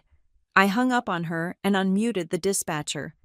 They are still drilling, I said. Officers are turning onto your street now, the dispatcher confirmed. On the screen. I saw the blue lights before I heard the siren. They swept across the front of the house, illuminating the porch in strobing flashes of azure and white. The locksmith froze. He lowered the drill immediately. He looked at Derek with a mix of fear and anger. Derek looked like a deer in headlights. He stepped back, raising his hands, but then lowered them, trying to compose himself. He was going to try to bluff the police. I stood up. I walked to the foyer. I checked the peephole to confirm the officers were out of their vehicle. 2 uniformed officers were walking up the driveway, hands resting near their belts. I unlocked the deadbolt, my new deadbolt, and opened the door. The cool night air rushed in. The locksmith stepped back, looking relieved to see the homeowner, but terrified of the situation. Step away from the door, the first officer commanded, shining his flashlight on Derek. Officer, thank God, Derek said, putting on his best, aggrieved citizen voice. My sister is having a mental health episode. She locked us out. We live here. I was just trying to get back in to get my dad's heart medication. The officer looked at Derek, then at the drill, then at me. Ma'am, the officer asked, is this man a resident here? I did not shout. I did not cry. I held up a manila envelope. Officer, I said, I am the sole owner of this property. This man is my estranged brother. He does not live here. He has never lived here. I have a certified no trespass notice that was mailed to him 2 days ago. He is aware he is not allowed on the premises. I handed the envelope to the officer. He opened it. He shined his flashlight on the deed. He shined his light on the copy of the trespass notice with the certified mail tracking number. "He has residency," Derek shouted. "Check the utilities. The electric is in my name." He shoved the crumpled bill toward the second officer. "And here's the fraud report regarding that utility bill," I said, handing the officer a second sheet of paper. "I filed it yesterday. It is an unauthorized transfer, and here's the confirmation from the postal inspector regarding the fraudulent change of address he attempted." The first officer looked at the paperwork. It was comprehensive. It was undeniable. He looked at Derek with a hardened expression. "Sir," the officer said, "according to these documents, you are trespassing. The homeowner has revoked all permission. The utility company has flagged your claim as fraud." "She is lying," Derek screamed, his composure shattering. He pointed a shaking finger at me. "She is manipulating you. She is crazy. Look at her. She is trying to steal the house from the family." "Lower your voice," the officer warned. "You do not understand," Derek yelled. "We have nowhere to go. We need this house." "That is a civil matter," the officer said. "But tonight, it is a criminal matter if you do not leave. You are attempting to force entry. That is breaking and entering." My father spoke up for the first time. He stepped out from the shadows, looking small and defeated. "Officer," he said, his voice trembling, "please, we just need to get in for one night. Just one night. Once we are inside, everything will settle down. We just need to sleep." The officer looked at my father, and for a second, I saw pity in his eyes. But then the officer shook his head. "Sir," the officer said, "if I let you in for one night, you establish tenancy. I know the law, and I know what you are trying to do. You are trying to bypass the eviction process." My father's face fell. He knew that I knew. He knew the game was up. "It is over. Dad," I said from the doorway. "Go home." "Home," Derek spat. "We lost the lease because of you, you selfish witch." "That is enough," the officer said, stepping between Derek and me. "You are leaving now. If you return to this property, you will be arrested for criminal trespass. Do you understand?" Derek looked at the officer. He looked at the open door behind me, the warm light of the foyer spilling out. It was so close. He had been inches away from drilling the lock and claiming the space. "You will pay for this, Stella," Derek hissed. "Mom is never going to forgive you." "I am counting on that," I said. The officer escorted them to their truck. I watched as Derek threw the bag into the bed of the pickup with violent force. My father got into the passenger seat without looking back. They reversed out of the driveway and sped off into the night. The locksmith was still standing there. He looked terrified. He was holding his drill in one hand and a piece of paper in the other. The second officer looked at him. "You with them?" "No, sir," the locksmith stammered. I was hired for a lockout. I thought he was the owner. He showed me paperwork." "Pack up and go," the officer said. The locksmith nodded vigorously. He began to gather his tools. The officers turned to me. "We will file a report, Ms. Walsh," the first officer said. "You have done the right thing having that paperwork ready. Most people don't. Keep the doors locked." "Thank you," I said. The officers walked back to their patrol car. I was about to close the door when the locksmith stepped forward. He looked around to make sure the police were out of earshot. "Ma'am," he said. "Yes?" I asked, my hand on the doorknob. "I am sorry," he said. He really seemed convincing. He had the story down cold. "He is a good liar," I said. "Yeah, well," the locksmith hesitated. He looked down at the paper in his hand. "He gave me this, said it was his authority to open the door if you weren't here. I don't want any part of this. I think you should have it." He handed me the piece of paper. I took it. I looked at it under the porch light. It was a document titled Limited Power of Attorney for Real Estate Transactions. It stated that Stella Walsh granted Derek Caldwell full authority to manage, access, and encumber the property at 42 Oak Creek Drive. It was dated 3 days ago, and at the bottom, there was a signature. It was not my mother's handwriting this time. It was a digital signature. the kind you create on an iPad, but next to it, there was a notary stamp from a man named Gary Miller. I knew Gary Miller. He was Derek's best friend from high school. My breath hitched in my throat. This was not just a trick to get a door open. This document gave Derek the legal power to sign documents in my name. If he had this, he could have signed for the HELOC loan. He could have signed a lease to himself. He could have sold the house out from under me. He had handed this to the locksmith thinking it was a shield. Instead, he had just handed me a sword. "Thank you," I said to the locksmith. My voice was trembling, not from fear, but from the sheer magnitude of what I was holding. "Good luck, lady," the locksmith said. He ran to his van and drove away as fast as he could. I stepped inside and locked the door. I locked the deadbolt. I set the alarm. I walked to the kitchen table and placed the forged power of attorney on top of the stack. Derek had told the officer I would pay for this. He was wrong. He was the one who was going to pay. And with this piece of paper, I finally had the currency to buy his destruction. The Monday morning sun felt abrasive as it streamed through the blinds of Elliot Crane's office. I sat in the leather chair, my spine rigid, the forged power of attorney document sitting on the mahogany desk between us like a loaded gun. The events of the weekend, the drilling of the lock, the police lights, the desperate screaming felt like a fever dream, but the piece of paper the locksmith had surrendered was terrifyingly real. Elliot did not look tired. He looked like a surgeon preparing to cut out a tumor. He had been typing on his keyboard for 5 minutes without speaking, the rhythmic clatter the only sound in the room. "I ran a comprehensive credit sweep." "Stella," Elliot said, finally stopping.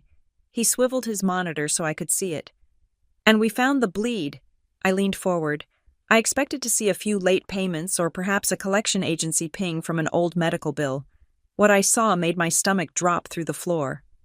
"Look at the bottom section," Elliot said, pointing a manicured finger at the screen. "Under hard inquiries." I squinted.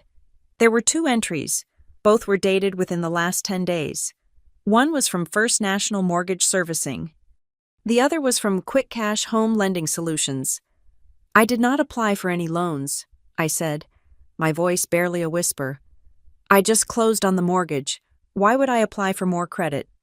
"You didn't," Elliot said grimly. "But someone did.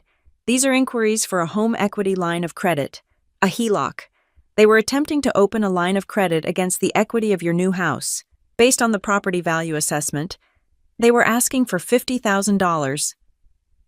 I stared at the numbers. $50,000. It was not a random amount. It was exactly the kind of sum that could clear a mountain of bad debt, buy a new truck, or secure a luxury rental lease for a year. How, I asked. How could they even apply? They would need my social security number. They would need my income information. "They have your social," Elliot said. "Your mother has known it since you were born. And as for the rest..." He clicked open a detailed view of the application data from the second lender, which his investigator had managed to flag. "Look at the contact email." It read Stella, Walsh, propertiesgmail.com. "That is not my email," I said. "We traced it," Elliot said. "It was created 2 weeks ago. The recovery phone number linked to the account. It ends in 6681. I closed my eyes. "That is Derek's cell phone." "Exactly," Elliot said. "He created a digital twin of you. He used your name, your social, your new address, and this email to apply for the loans. He was impersonating you online. The only reason the money hasn't been disbursed yet is that the banks required a wet signature on the final closing documents, which is why he needed that power of attorney, and why he was so desperate to get into the house physically. He needed to be on site, to meet a mobile notary, or to intercept the mail containing the final checks. The puzzle pieces slammed together with sickening force. The frantic need to get into the house, the residency claim, the forged utility bills. It wasn't just about having a roof over their heads. It was a heist. But there was a missing piece. Why now Derek had been a screw-up for years. But he had never gone this far.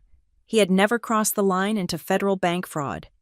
"Elliot," I said, "why is he this desperate? I know he is broke. But risking 10 years in prison for $50,000, it doesn't make sense." Elliot tapped a manila folder on his desk. My investigator pulled the public records on your brother. And your parents. He slid the folder toward me. I opened it. The first page was a court docket. Superior Court Case Number 24, CV0982. Plaintiff Regal Property Management. Defendant Derek Caldwell. He wasn't evicted because the landlord was unreasonable, Elliot said. He was evicted because he hasn't paid rent in 8 months. He owes $12,000 in back rent, and there is a garnish order pending on his wages if he had any. I flipped the page. Civil suit, Plaintiff Onyx Auto Finance, Defendant Derek Caldwell, and Brenda Walsh. My breath hitched. Brenda Walsh. My mother. Your mother co-signed for his truck, Elliot said softly. The one he drives to look successful. He stopped making payments 6 months ago. The repo order is out, but he is hiding the vehicle. And because your mother co-signed, they are coming after her assets too. I flipped to the next page. It was a bankruptcy filing draft. Your parents are insolvent, Stella, Elliot said. They took out a second mortgage on their own house 2 years ago. We found the lien, likely to bail Derek out of a previous mess. They are maxed out. They are drowning. If they don't come up with a significant lump sum within 30 days, they are going to lose their own home. The room spun. I felt a wave of nausea so strong I had to grip the arms of the chair. It was not just Derek. It was all of them. My parents weren't pressuring me to house Derek because of family values. They were pressuring me because I was the only fresh asset left to harvest. They needed to get Derek into my house so they could use my equity to pay off the debts that were threatening to take their house. They were going to sacrifice my financial future to save themselves from the consequences of their own enabling. They were going to leverage my house, I said, my voice trembling with rage. They were going to take the $50,000, pay off the truck and the back rent, and leave me with the debt, and since the loan would be in my name, you would be responsible for the repayment, Elliot finished. And when you couldn't pay it, the bank would foreclose on you. You would lose the house. They would drag you down into the hole with them. I looked at the documents. The sheer scale of the betrayal was breathtaking. It wasn't a crime of passion. It was a calculated extraction of resources. I wasn't a daughter to them anymore. I was a credit score. I was a vessel of equity to be drained. So, Elliot said, leaning back, we have enough here for a nuclear strike. We have the forged power of attorney. We have the fraudulent credit inquiries. We have the identity theft. I have already drafted the identity theft report for the Federal Trade Commission. Once you file this, it freezes your credit legally and alerts every lender in the country. He pushed a pen toward me. And, he added, I recommend we take this entire file to the district attorney. This is grand larceny, wire fraud, and identity theft. Your brother will go to jail. Your mother, as an accomplice who forged the postal forms, could face charges too. I picked up the pen. I looked at the FTC report. All I had to do was sign. It would stop the bleeding. It would protect the house. But then I hesitated. I held the pen in the air for 5 seconds. In those 5 seconds, I heard Derek's voice on my porch. You think you have a choice? I heard my mother's voice screaming, where do we sleep? If I just filed the report, they would deny it. They would say it was a misunderstanding. They would tell the family I was a vindictive monster who sued her own brother over a paperwork error. They would spin the narrative. They would play the victim card until the day they died. I didn't just want to be safe. I wanted the truth to be on the record. I wanted them to admit it. I wanted to see the look on their faces when the trap snapped shut. I put the pen down. Not yet, I said. Elliot raised an eyebrow. Stella, every hour we wait is a risk. They could find a lender who doesn't check the wet signature carefully. I have the fraud alerts on the accounts, I said. The credit is frozen. They cannot move money today, but if I file this now, they just disappear. They go underground. They hide. What do you want to do? Elliot asked. I want to invite them over, I said. Elliot looked at me as if I had lost my mind. You want to invite the people who tried to burglarize your home back into it? I want to end this, I said. I want a confession, and I want them to sign something that isn't a loan application. I pulled my phone out. My hands were steady. I opened the group chat that I had silenced but not deleted. I am going to host a housewarming, I said. A reconciliation dinner. I will tell them I have thought it over. I will tell them I want to help. They will think you are surrendering, Elliot warned. They will think they won. Exactly, I said. And when they walk in thinking they are about to take over my house, they are going to walk into a room where the only thing being served is the truth. I looked at Elliot. Can you have a notary here? A real one? And can you be there, hidden, or in the next room? Elliot smiled, a sharp, predatory grin that matched my own mood. I can do better.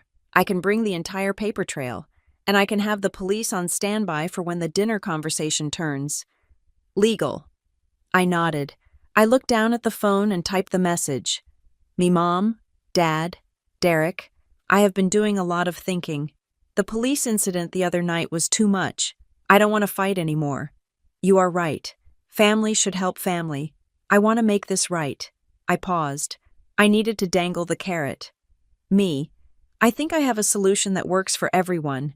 I have the space. Come over for dinner on Saturday. We can sign some papers and get you settled. Let's start over. I hit send. The response was immediate. Mom. Oh, thank God I knew you would come to your senses. Honey, we just want what is best for everyone.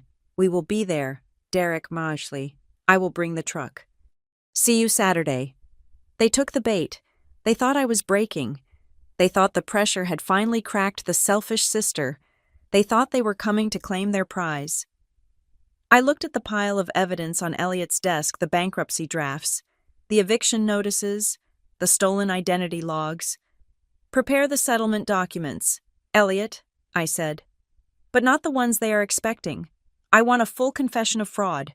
I want a permanent restraining order, and I want an agreement to repay every cent of legal fees I have incurred. If they sign that, I won't press charges. If they don't, Elliot asked, then they leave in handcuffs, I said. I stood up and smoothed my skirt. Saturday is going to be a very interesting night, I said. I hope they are hungry. The text message I sent was the most effective bait I had ever crafted. It was short, devoid of emotion, and perfectly designed to appeal to their greed. I want to make peace, tame the drama. Come over for dinner on Saturday night at 6. We can sign some papers to get you settled. I hit send and watched the screen. It took less than 30 seconds for the bubbles to appear. They did not ask why I had changed my mind. They did not apologize for the attempted burglary. They did not ask if I was okay after the police visit. They simply accepted my surrender because, in their minds, it was the only logical outcome. To them, I was the outlier who had briefly malfunctioned, and now I was back online, ready to dispense cash and resources. My mother's Facebook status was updated 10 minutes later. I viewed it from a burner account I had created for documentation purposes. God is good. Prayers are answered. My family is coming back together. Sometimes people just need a reminder of what is important. So proud of my children for working things out. Family, first blessed. I read it and felt absolutely nothing. No anger, no sadness. Just the cold, clinical detachment of a prosecutor reviewing a confession. She was publicly claiming victory. She was telling the world that she had broken me. The rest of the week was a blur of logistical precision. I did not cook. I did not buy decorations. I did not buy wine. A housewarming party implies warmth, and there would be none of that. Instead, I prepared the house as if it were a courtroom. I set up the dining room table not with placemats and silverware, but with legal pads, blue ink pens, and pitchers of ice water. I positioned the chairs specifically, one at the head for me, 3 on the long side for Derek, Mom, and Dad, and 2 on the opposite side for my team. My team consisted of Elliot Crane, who arrived at 5 in the afternoon on Saturday, looking sharp and lethal in a charcoal suit. You understand that once we start this, there is no going back, Elliot said, placing his briefcase on the side table. We are effectively declaring war while they are sitting in your chairs. They declared war when they tried to drill my lock, I said. adjusting the stack of folders in the center of the table. I am just finishing it. I will be in the study, Elliot said, pointing to the room adjacent to the dining area. The French doors were glass, covered by sheer curtains. He would be visible enough to be a presence, but removed enough to let them hang themselves. I will step in when and only when the screaming starts or they try to leave with the evidence. Sitting at the table with me was Lisa, a certified notary public and a former colleague from Briarstone's legal department. She was there to witness signatures, but mostly, she was there to prevent them from lying about what happened later. "You look terrifying, Stella," Lisa said, organizing her stamp and logbook. "I feel terrifying," I replied. I had also prepared a packet for the children. I knew Derek would bring them. He used them as human shields. I had printed out a list of 3 reputable family shelters within a 10-mile radius, along with the contact information for Child Protective Services, and a prepaid debit card with $200 on it, enough for 2 nights at the motel I had originally offered. This was not for Derek. It was for Tasha, in the hopes that she might finally wake up and take the kids away from this mess. At 6 in the evening, exactly on time, the truck pulled into the driveway. I watched on the security monitor. Derek was driving. My parents were in the back. Tasha was in the passenger seat. Derek got out first. He popped the trunk. He pulled out the suitcases. I let out a short, dry laugh. He had brought the luggage again. He truly believed that this dinner was just a formality before he moved into the guest suite. The arrogance was breathtaking. He wasn't coming to visit. He was coming to occupy. They walked up the path. My mother was wearing a floral dress and heels, dressed for a celebration. Dad was wearing a tie. Tasha looked exhausted, carrying the baby. While my nephew dragged a toy robot behind him, I opened the door before they could ring the bell. "Welcome," I said. I did not smile. I did not step back to hug them. I stood like a doorman at a club they were not cool enough to enter. "Stella," my mother cried out, ignoring my body language. She surged forward, pushing past me into the foyer, bringing a wave of heavy perfume with her. "Oh, look at you, finally coming to your senses." She grabbed my face with both hands. Her palms were damp. "I told your father," I said. "Stella is a good girl deep down. She just needed to remember who got her here. You doing this? You letting your brother come home? This is what makes you a worthy daughter. This is what makes me proud." The words landed on me like physical blows. Worthy. As if my worth was a subscription service I had to pay for with real estate.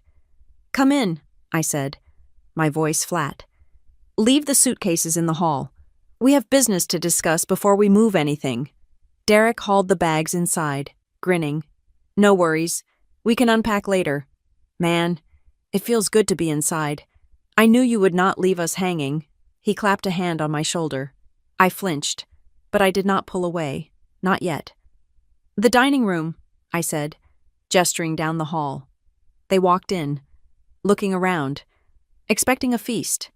Instead, they saw the bare table, the legal pads, the pitchers of water, and Lisa sitting with her notary stamp. They stopped. The smile on my mother's face faltered. "What is this?" she asked, looking at the papers. "I thought we were having dinner." "We are having a meeting," I said, walking to the head of the table. "Please, sit down." "Who is she?" Derek asked, pointing at Lisa. "This is Lisa," I said. "She is a notary. Since we are signing agreements regarding the house, I wanted to make sure everything was official. You said you wanted security, right, Derek? You wanted things in writing." Derek's eyes lit up. He misinterpreted the situation completely. He thought I had brought a notary to sign a lease, or perhaps a deed transfer. He thought I was giving him legal claim to the property. "Smart," Derek said, pulling out a chair and sitting down. "Very smart. I like that. Keep it professional. I can respect that." He sat down. My parents sat next to him. Tasha sat at the end, bouncing the baby on her knee. "So," my father said, rubbing his hands together nervously, "what are the terms? We are just happy to help you with the mortgage, Stella. We can contribute. Well, Once Derek gets his bonus, we can discuss contributions later, I said. I remained standing. I placed my hand on the thick stack of documents in front of me.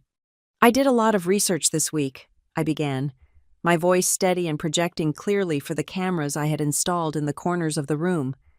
I wanted to understand exactly how this arrangement would work, and in the process, I found some very interesting paperwork. Well, paperwork is a hassle, Derek said, pouring himself a glass of water. But we can sign whatever, lease, sublet, whatever you need to make you feel safe. It is not a lease, I said. I picked up the first packet. It was stapled together. The top page was the email from the utility company confirming the transfer of service. I slid it across the table to Derek. I found this, I said. Derek looked at it. He shrugged, unbothered. Oh, right, the electric bill. I just wanted to get a head start. Build some credit. I figured since I was moving in, I would take that off your hands, helping you out. You did this without my permission, I said. Before I even agreed to let you stay. I was being proactive, Derek laughed, looking at Mom for support. She is mad I tried to pay a bill. Can you believe her? I also found this, I said. I slid the second document. It was the screenshot of the mail forwarding request with the forged signature. And this, I continued, sliding the HOA registration form with the forged signature. The atmosphere in the room shifted slightly. My mother stiffened. She recognized her own handwriting on the HOA form. Stella, why are you bringing up old stuff? Mom said, her voice taking on a warning tone. We are here to move forward. Why pick at scabs? Because I need to understand, I said. I need to understand why you felt comfortable signing my name. That is a felony. Mom, mail fraud is a federal crime. Don't use those words with me, she snapped. I was helping you. You are too busy with work to handle these things. I was being a mother. And this? I said, ignoring her outburst. I picked up the heavy packet. This was the kill shot. This is the most interesting one. I held up the home equity line of credit application. Derek froze. His hand, which had been reaching for the water glass, stopped in midair. I received a letter from the bank, I said, keeping my eyes locked on his. They wanted to confirm my income for a $50,000 line of credit, a line of credit I never applied for. The silence that descended on the room was absolute. It was heavy and suffocating. The only sound was the hum of the refrigerator from the kitchen. Derek started, his voice cracking. That must be a mistake. Junk mail. You know how banks are. It was not junk mail, I said. I had my lawyer run a trace. The application was submitted from an email address created 2 weeks ago. Stella, Walsh, propertiesgmail.com. The recovery phone number is yours. Derek. I slid the packet toward him. It hit the table with a heavy thud. And to get that money, I continued, my voice dropping to a whisper that sounded like a scream in the quiet room. You needed a wet signature. That is why you brought the locksmith. That is why you tried to drill my lock. You did not need a bed. You needed to intercept the closing documents. Derek looked at the table. He looked at the packet. He looked at the notary, who was staring at him with undisguised disgust. You are crazy, Derek whispered. You are paranoid. Am I asked. I reached into my own folder and pulled out the final document, the one the locksmith had given me, the forged power of attorney. The locksmith gave me this. Derek, I said. He didn't want to be an accessory to a crime. I placed it on top of the pile. Open the folder. Derek, I commanded. He didn't move. Open it, I said, my voice rising for the first time. He reached out with a trembling hand and flipped open the cover of the packet I had placed in front of him. He looked at the title of the document I had prepared for him to sign. It was not a lease. It was not a loan agreement. It was a formal confession. The header, in bold, capital letters, read, Admission of liability, wire fraud, identity theft, and attempted grand larceny. Below it was a detailed list of every action he had taken, every law he had broken, and the penalties associated with each. Derek's face went the color of old ash.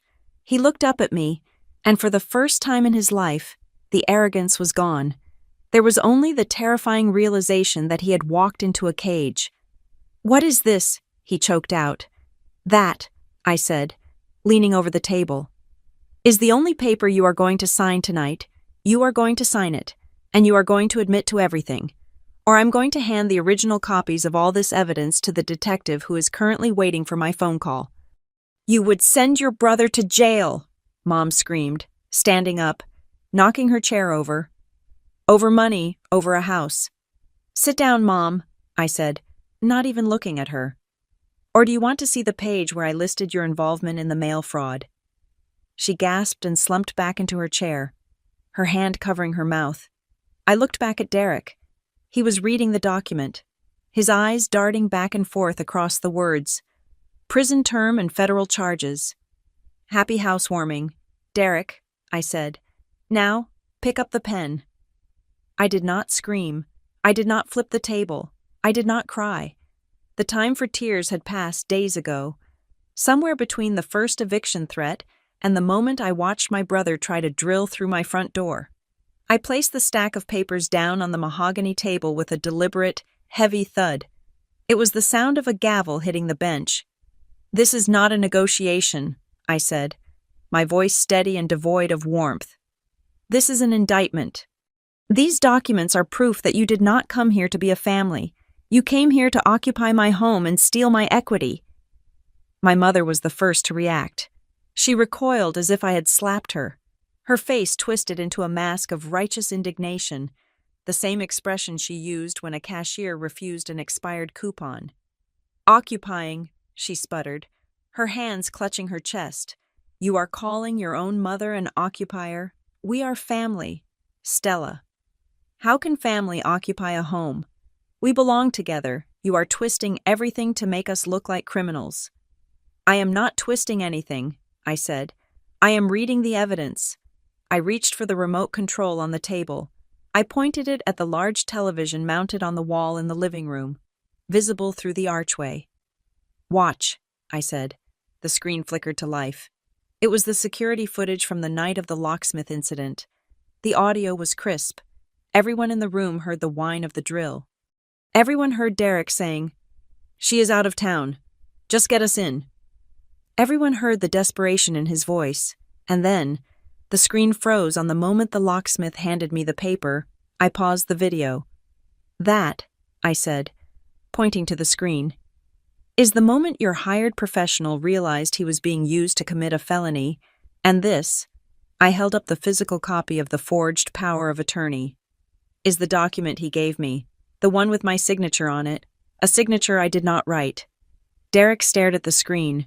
His face was pale, glistening with sweat. The bravado he had walked in with was evaporating, replaced by the cornered animal instinct I knew so well. "That is fake," Derek stammered, pointing a shaking finger at the TV. "You doctored that. You used AI or something. I never gave him that paper." "Do not lie to me, Derek," I said. "Not here, not now. The notary stamp belongs to your friend Gary Miller. I have already spoken to the state licensing board about Gary. If you want to keep lying, I will add his name to the lawsuit." Derek's eyes darted around the room. He looked at the papers. He looked at the camera in the corner. He looked at me. Then, he lunged. It was a clumsy, desperate move. He scrambled out of his chair, knocking it backward onto the floor, and reached across the table, his hands clawing for the folder containing the confession and the evidence. "Give me that," he screamed. "You are not ruining my life." I did not flinch. I did not have to. The glass doors of the study opened. Elliot Crane stepped out. He did not look like a family friend. He looked like the legal shark he was. He was tall, imposing, and dressed in a suit that cost more than Derek's truck. "Mr. Caldwell," Elliot said, his voice booming through the room, projecting authority that instantly sucked the air out of Derek's lungs. "If you touch those documents, or if you touch my client, I will have you arrested for assault and destruction of evidence before you can blink. Sit down." Derek froze. His hands were inches from the folder. He looked at Elliot, then at me. "Who is he?" Derek hissed, retreating slowly. "My name is Elliot Crane," Elliot said, walking to the end of the table and placing his briefcase down. "I am Stella's attorney, and I am the one who compiled that file. Everything you see on that table has already been digitized, notarized, and stored on a secure server. Destroying the paper copies will achieve nothing but adding another charge to your rap sheet." My mother let out a strangled sob. "A lawyer. You brought a lawyer to dinner, Stella. How could you—" "I did not bring a lawyer to dinner, Mom," I said. "I brought a lawyer to a crime scene." Elliot opened his briefcase. He pulled out a single sheet of paper. "We found something else interesting in the loan application." "Derek," Elliot said, looking directly at my brother. "It was a specific clause in the borrower statement. Do you remember what you wrote in the section regarding occupancy?" Derek said nothing. He was breathing hard, his chest heaving. "I will read it," Elliot said. "You wrote, 'The homeowner, Stella Walsh, has consented to indefinite, rent-free tenancy for the applicant, Derek Caldwell, thereby reducing her personal housing leverage and increasing the household income available for debt service. You claimed she agreed to let you live here forever to boost your credit profile for the loan.'" I looked at my brother. "That is why you needed to get in. That is why you needed to drill the lock. You needed to make that lie true. You needed to be inside so that when the bank called to verify, you could answer the landline, or so you could intercept the mail. You were going to turn my house into your collateral without me even knowing." "I was going to pay it back," Derek shouted, slamming his fist on the table. The water pitcher rattled. "It was just $50,000. I would have paid it back once the condo deal went through. I was doing it for the family. Mom and Dad are drowning. Stella, did you know that they are going to lose their house because of the truck I was trying to save them?" "By stealing from me?" I asked. "By using what you have," Derek yelled. "You have so much. You have this big empty house. You have a perfect credit score. Why should you hoard it all while we suffer? It is not fair." "It is not hoarding to keep what I earned," I said, "and it is not sharing to steal what isn't yours." I looked at the group. Tasha was silent, clutching the baby, her eyes wide with terror. My father was staring at the table, refusing to make eye contact. My mother was weeping, rocking back and forth. "Here is the deal," I said. I picked up the confession document again.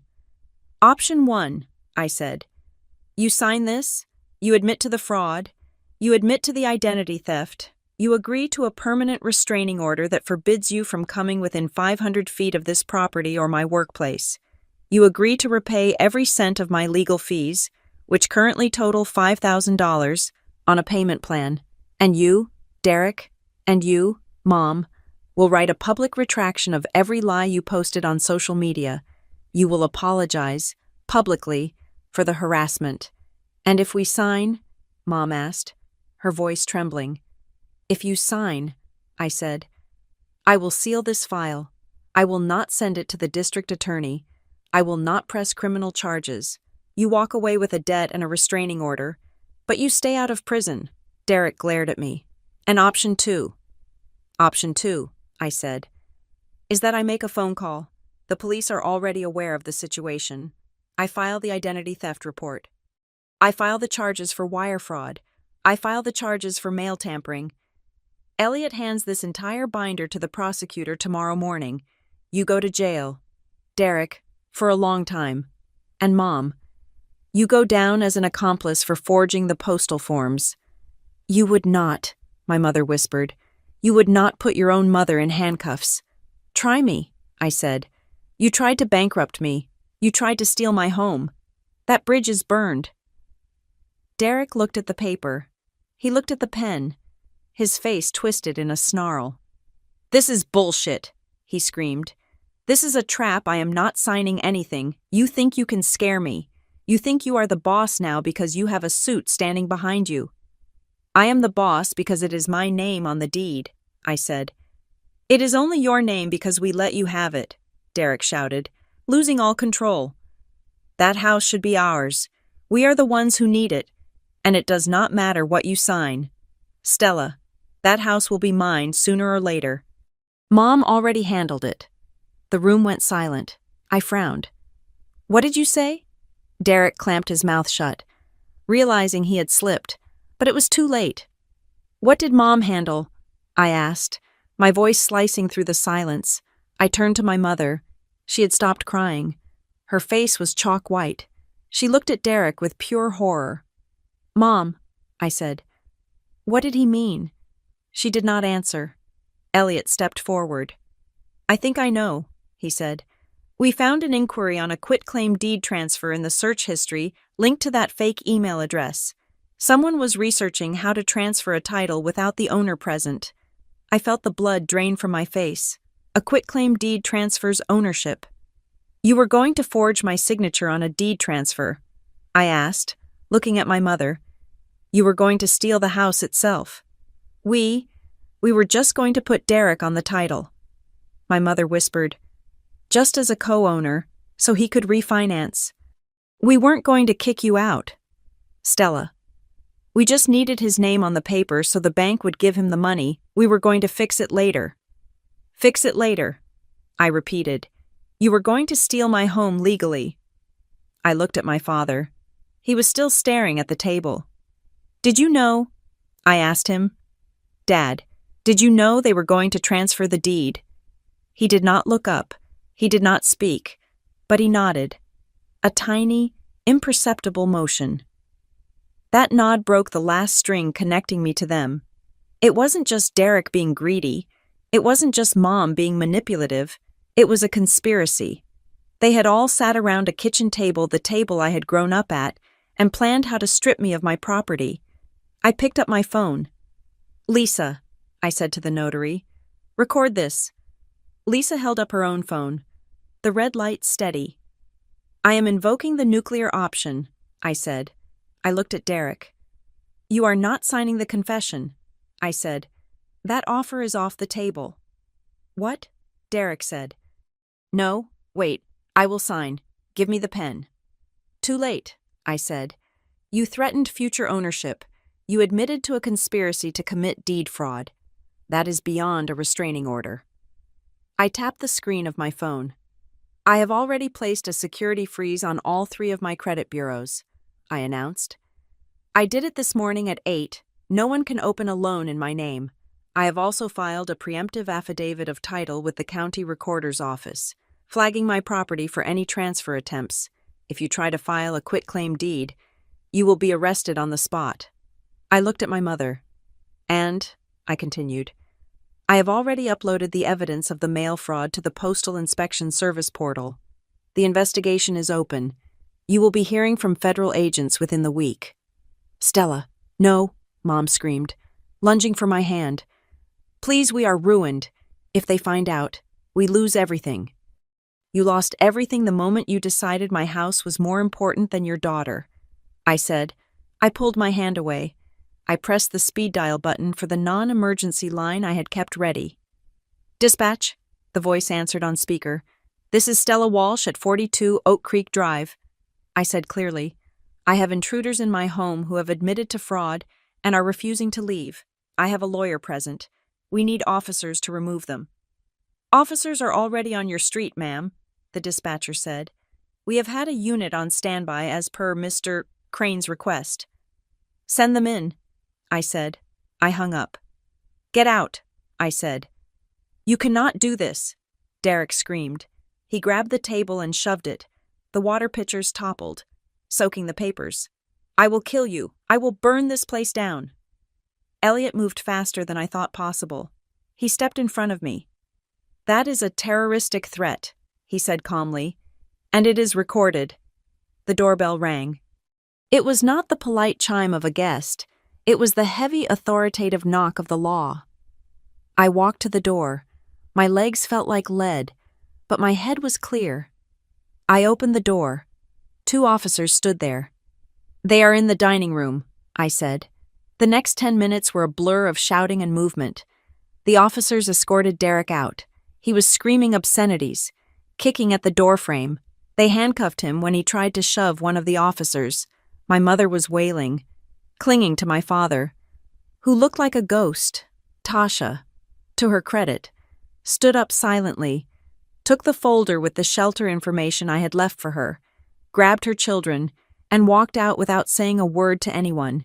She knew. She finally knew. My mother stopped at the door. She looked back at me. Her makeup was running. She looked old and broken. "You have no family now," she spat at me. "I hope you are happy in your big empty house. You are dead to us." "I know," I said. "And for the first time in my life, I am safe." The officer closed the door behind them. The silence returned. But it wasn't the heavy, terrified silence of before.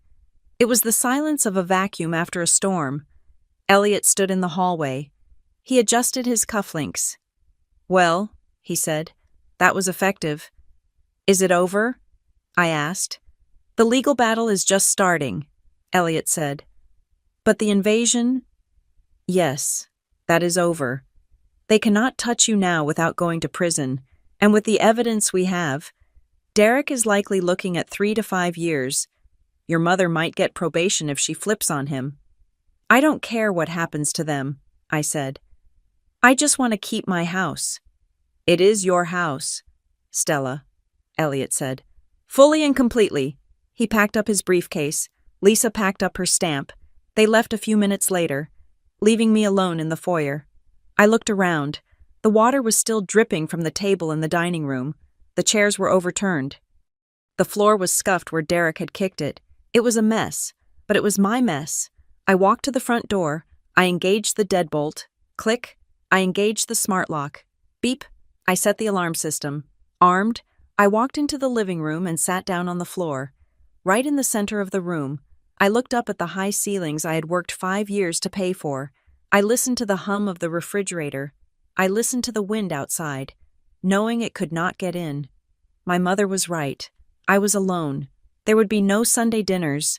There would be no Christmas visits. There was a crater where my family used to be, but as I took a deep breath, filling my lungs with the cool, conditioned air of my own home, I realized something. The crushing weight on my chest, the invisible bill I had been paying since I was 16, was gone. I closed my eyes and smiled. It wasn't the smile of a daughter. It was the smile of a homeowner. The door was closed, and I held the only key. Thank you so much for listening to my story. It was a long journey to get to this point of freedom, and I truly appreciate you sticking with me through the madness. I would love to hear from you. Please comment down below and tell me where you are listening from and what you would have done in my situation. Would you have called the police sooner if you enjoyed this story and want to hear more real-life dramas about justice and revenge? Please make sure to subscribe to the channel Maya Revenge Stories. Don't forget to like this video and smash that hype button so this story can reach more people who might need the courage to set their own boundaries. Stay safe, and remember, keep your keys close and your lawyer closer.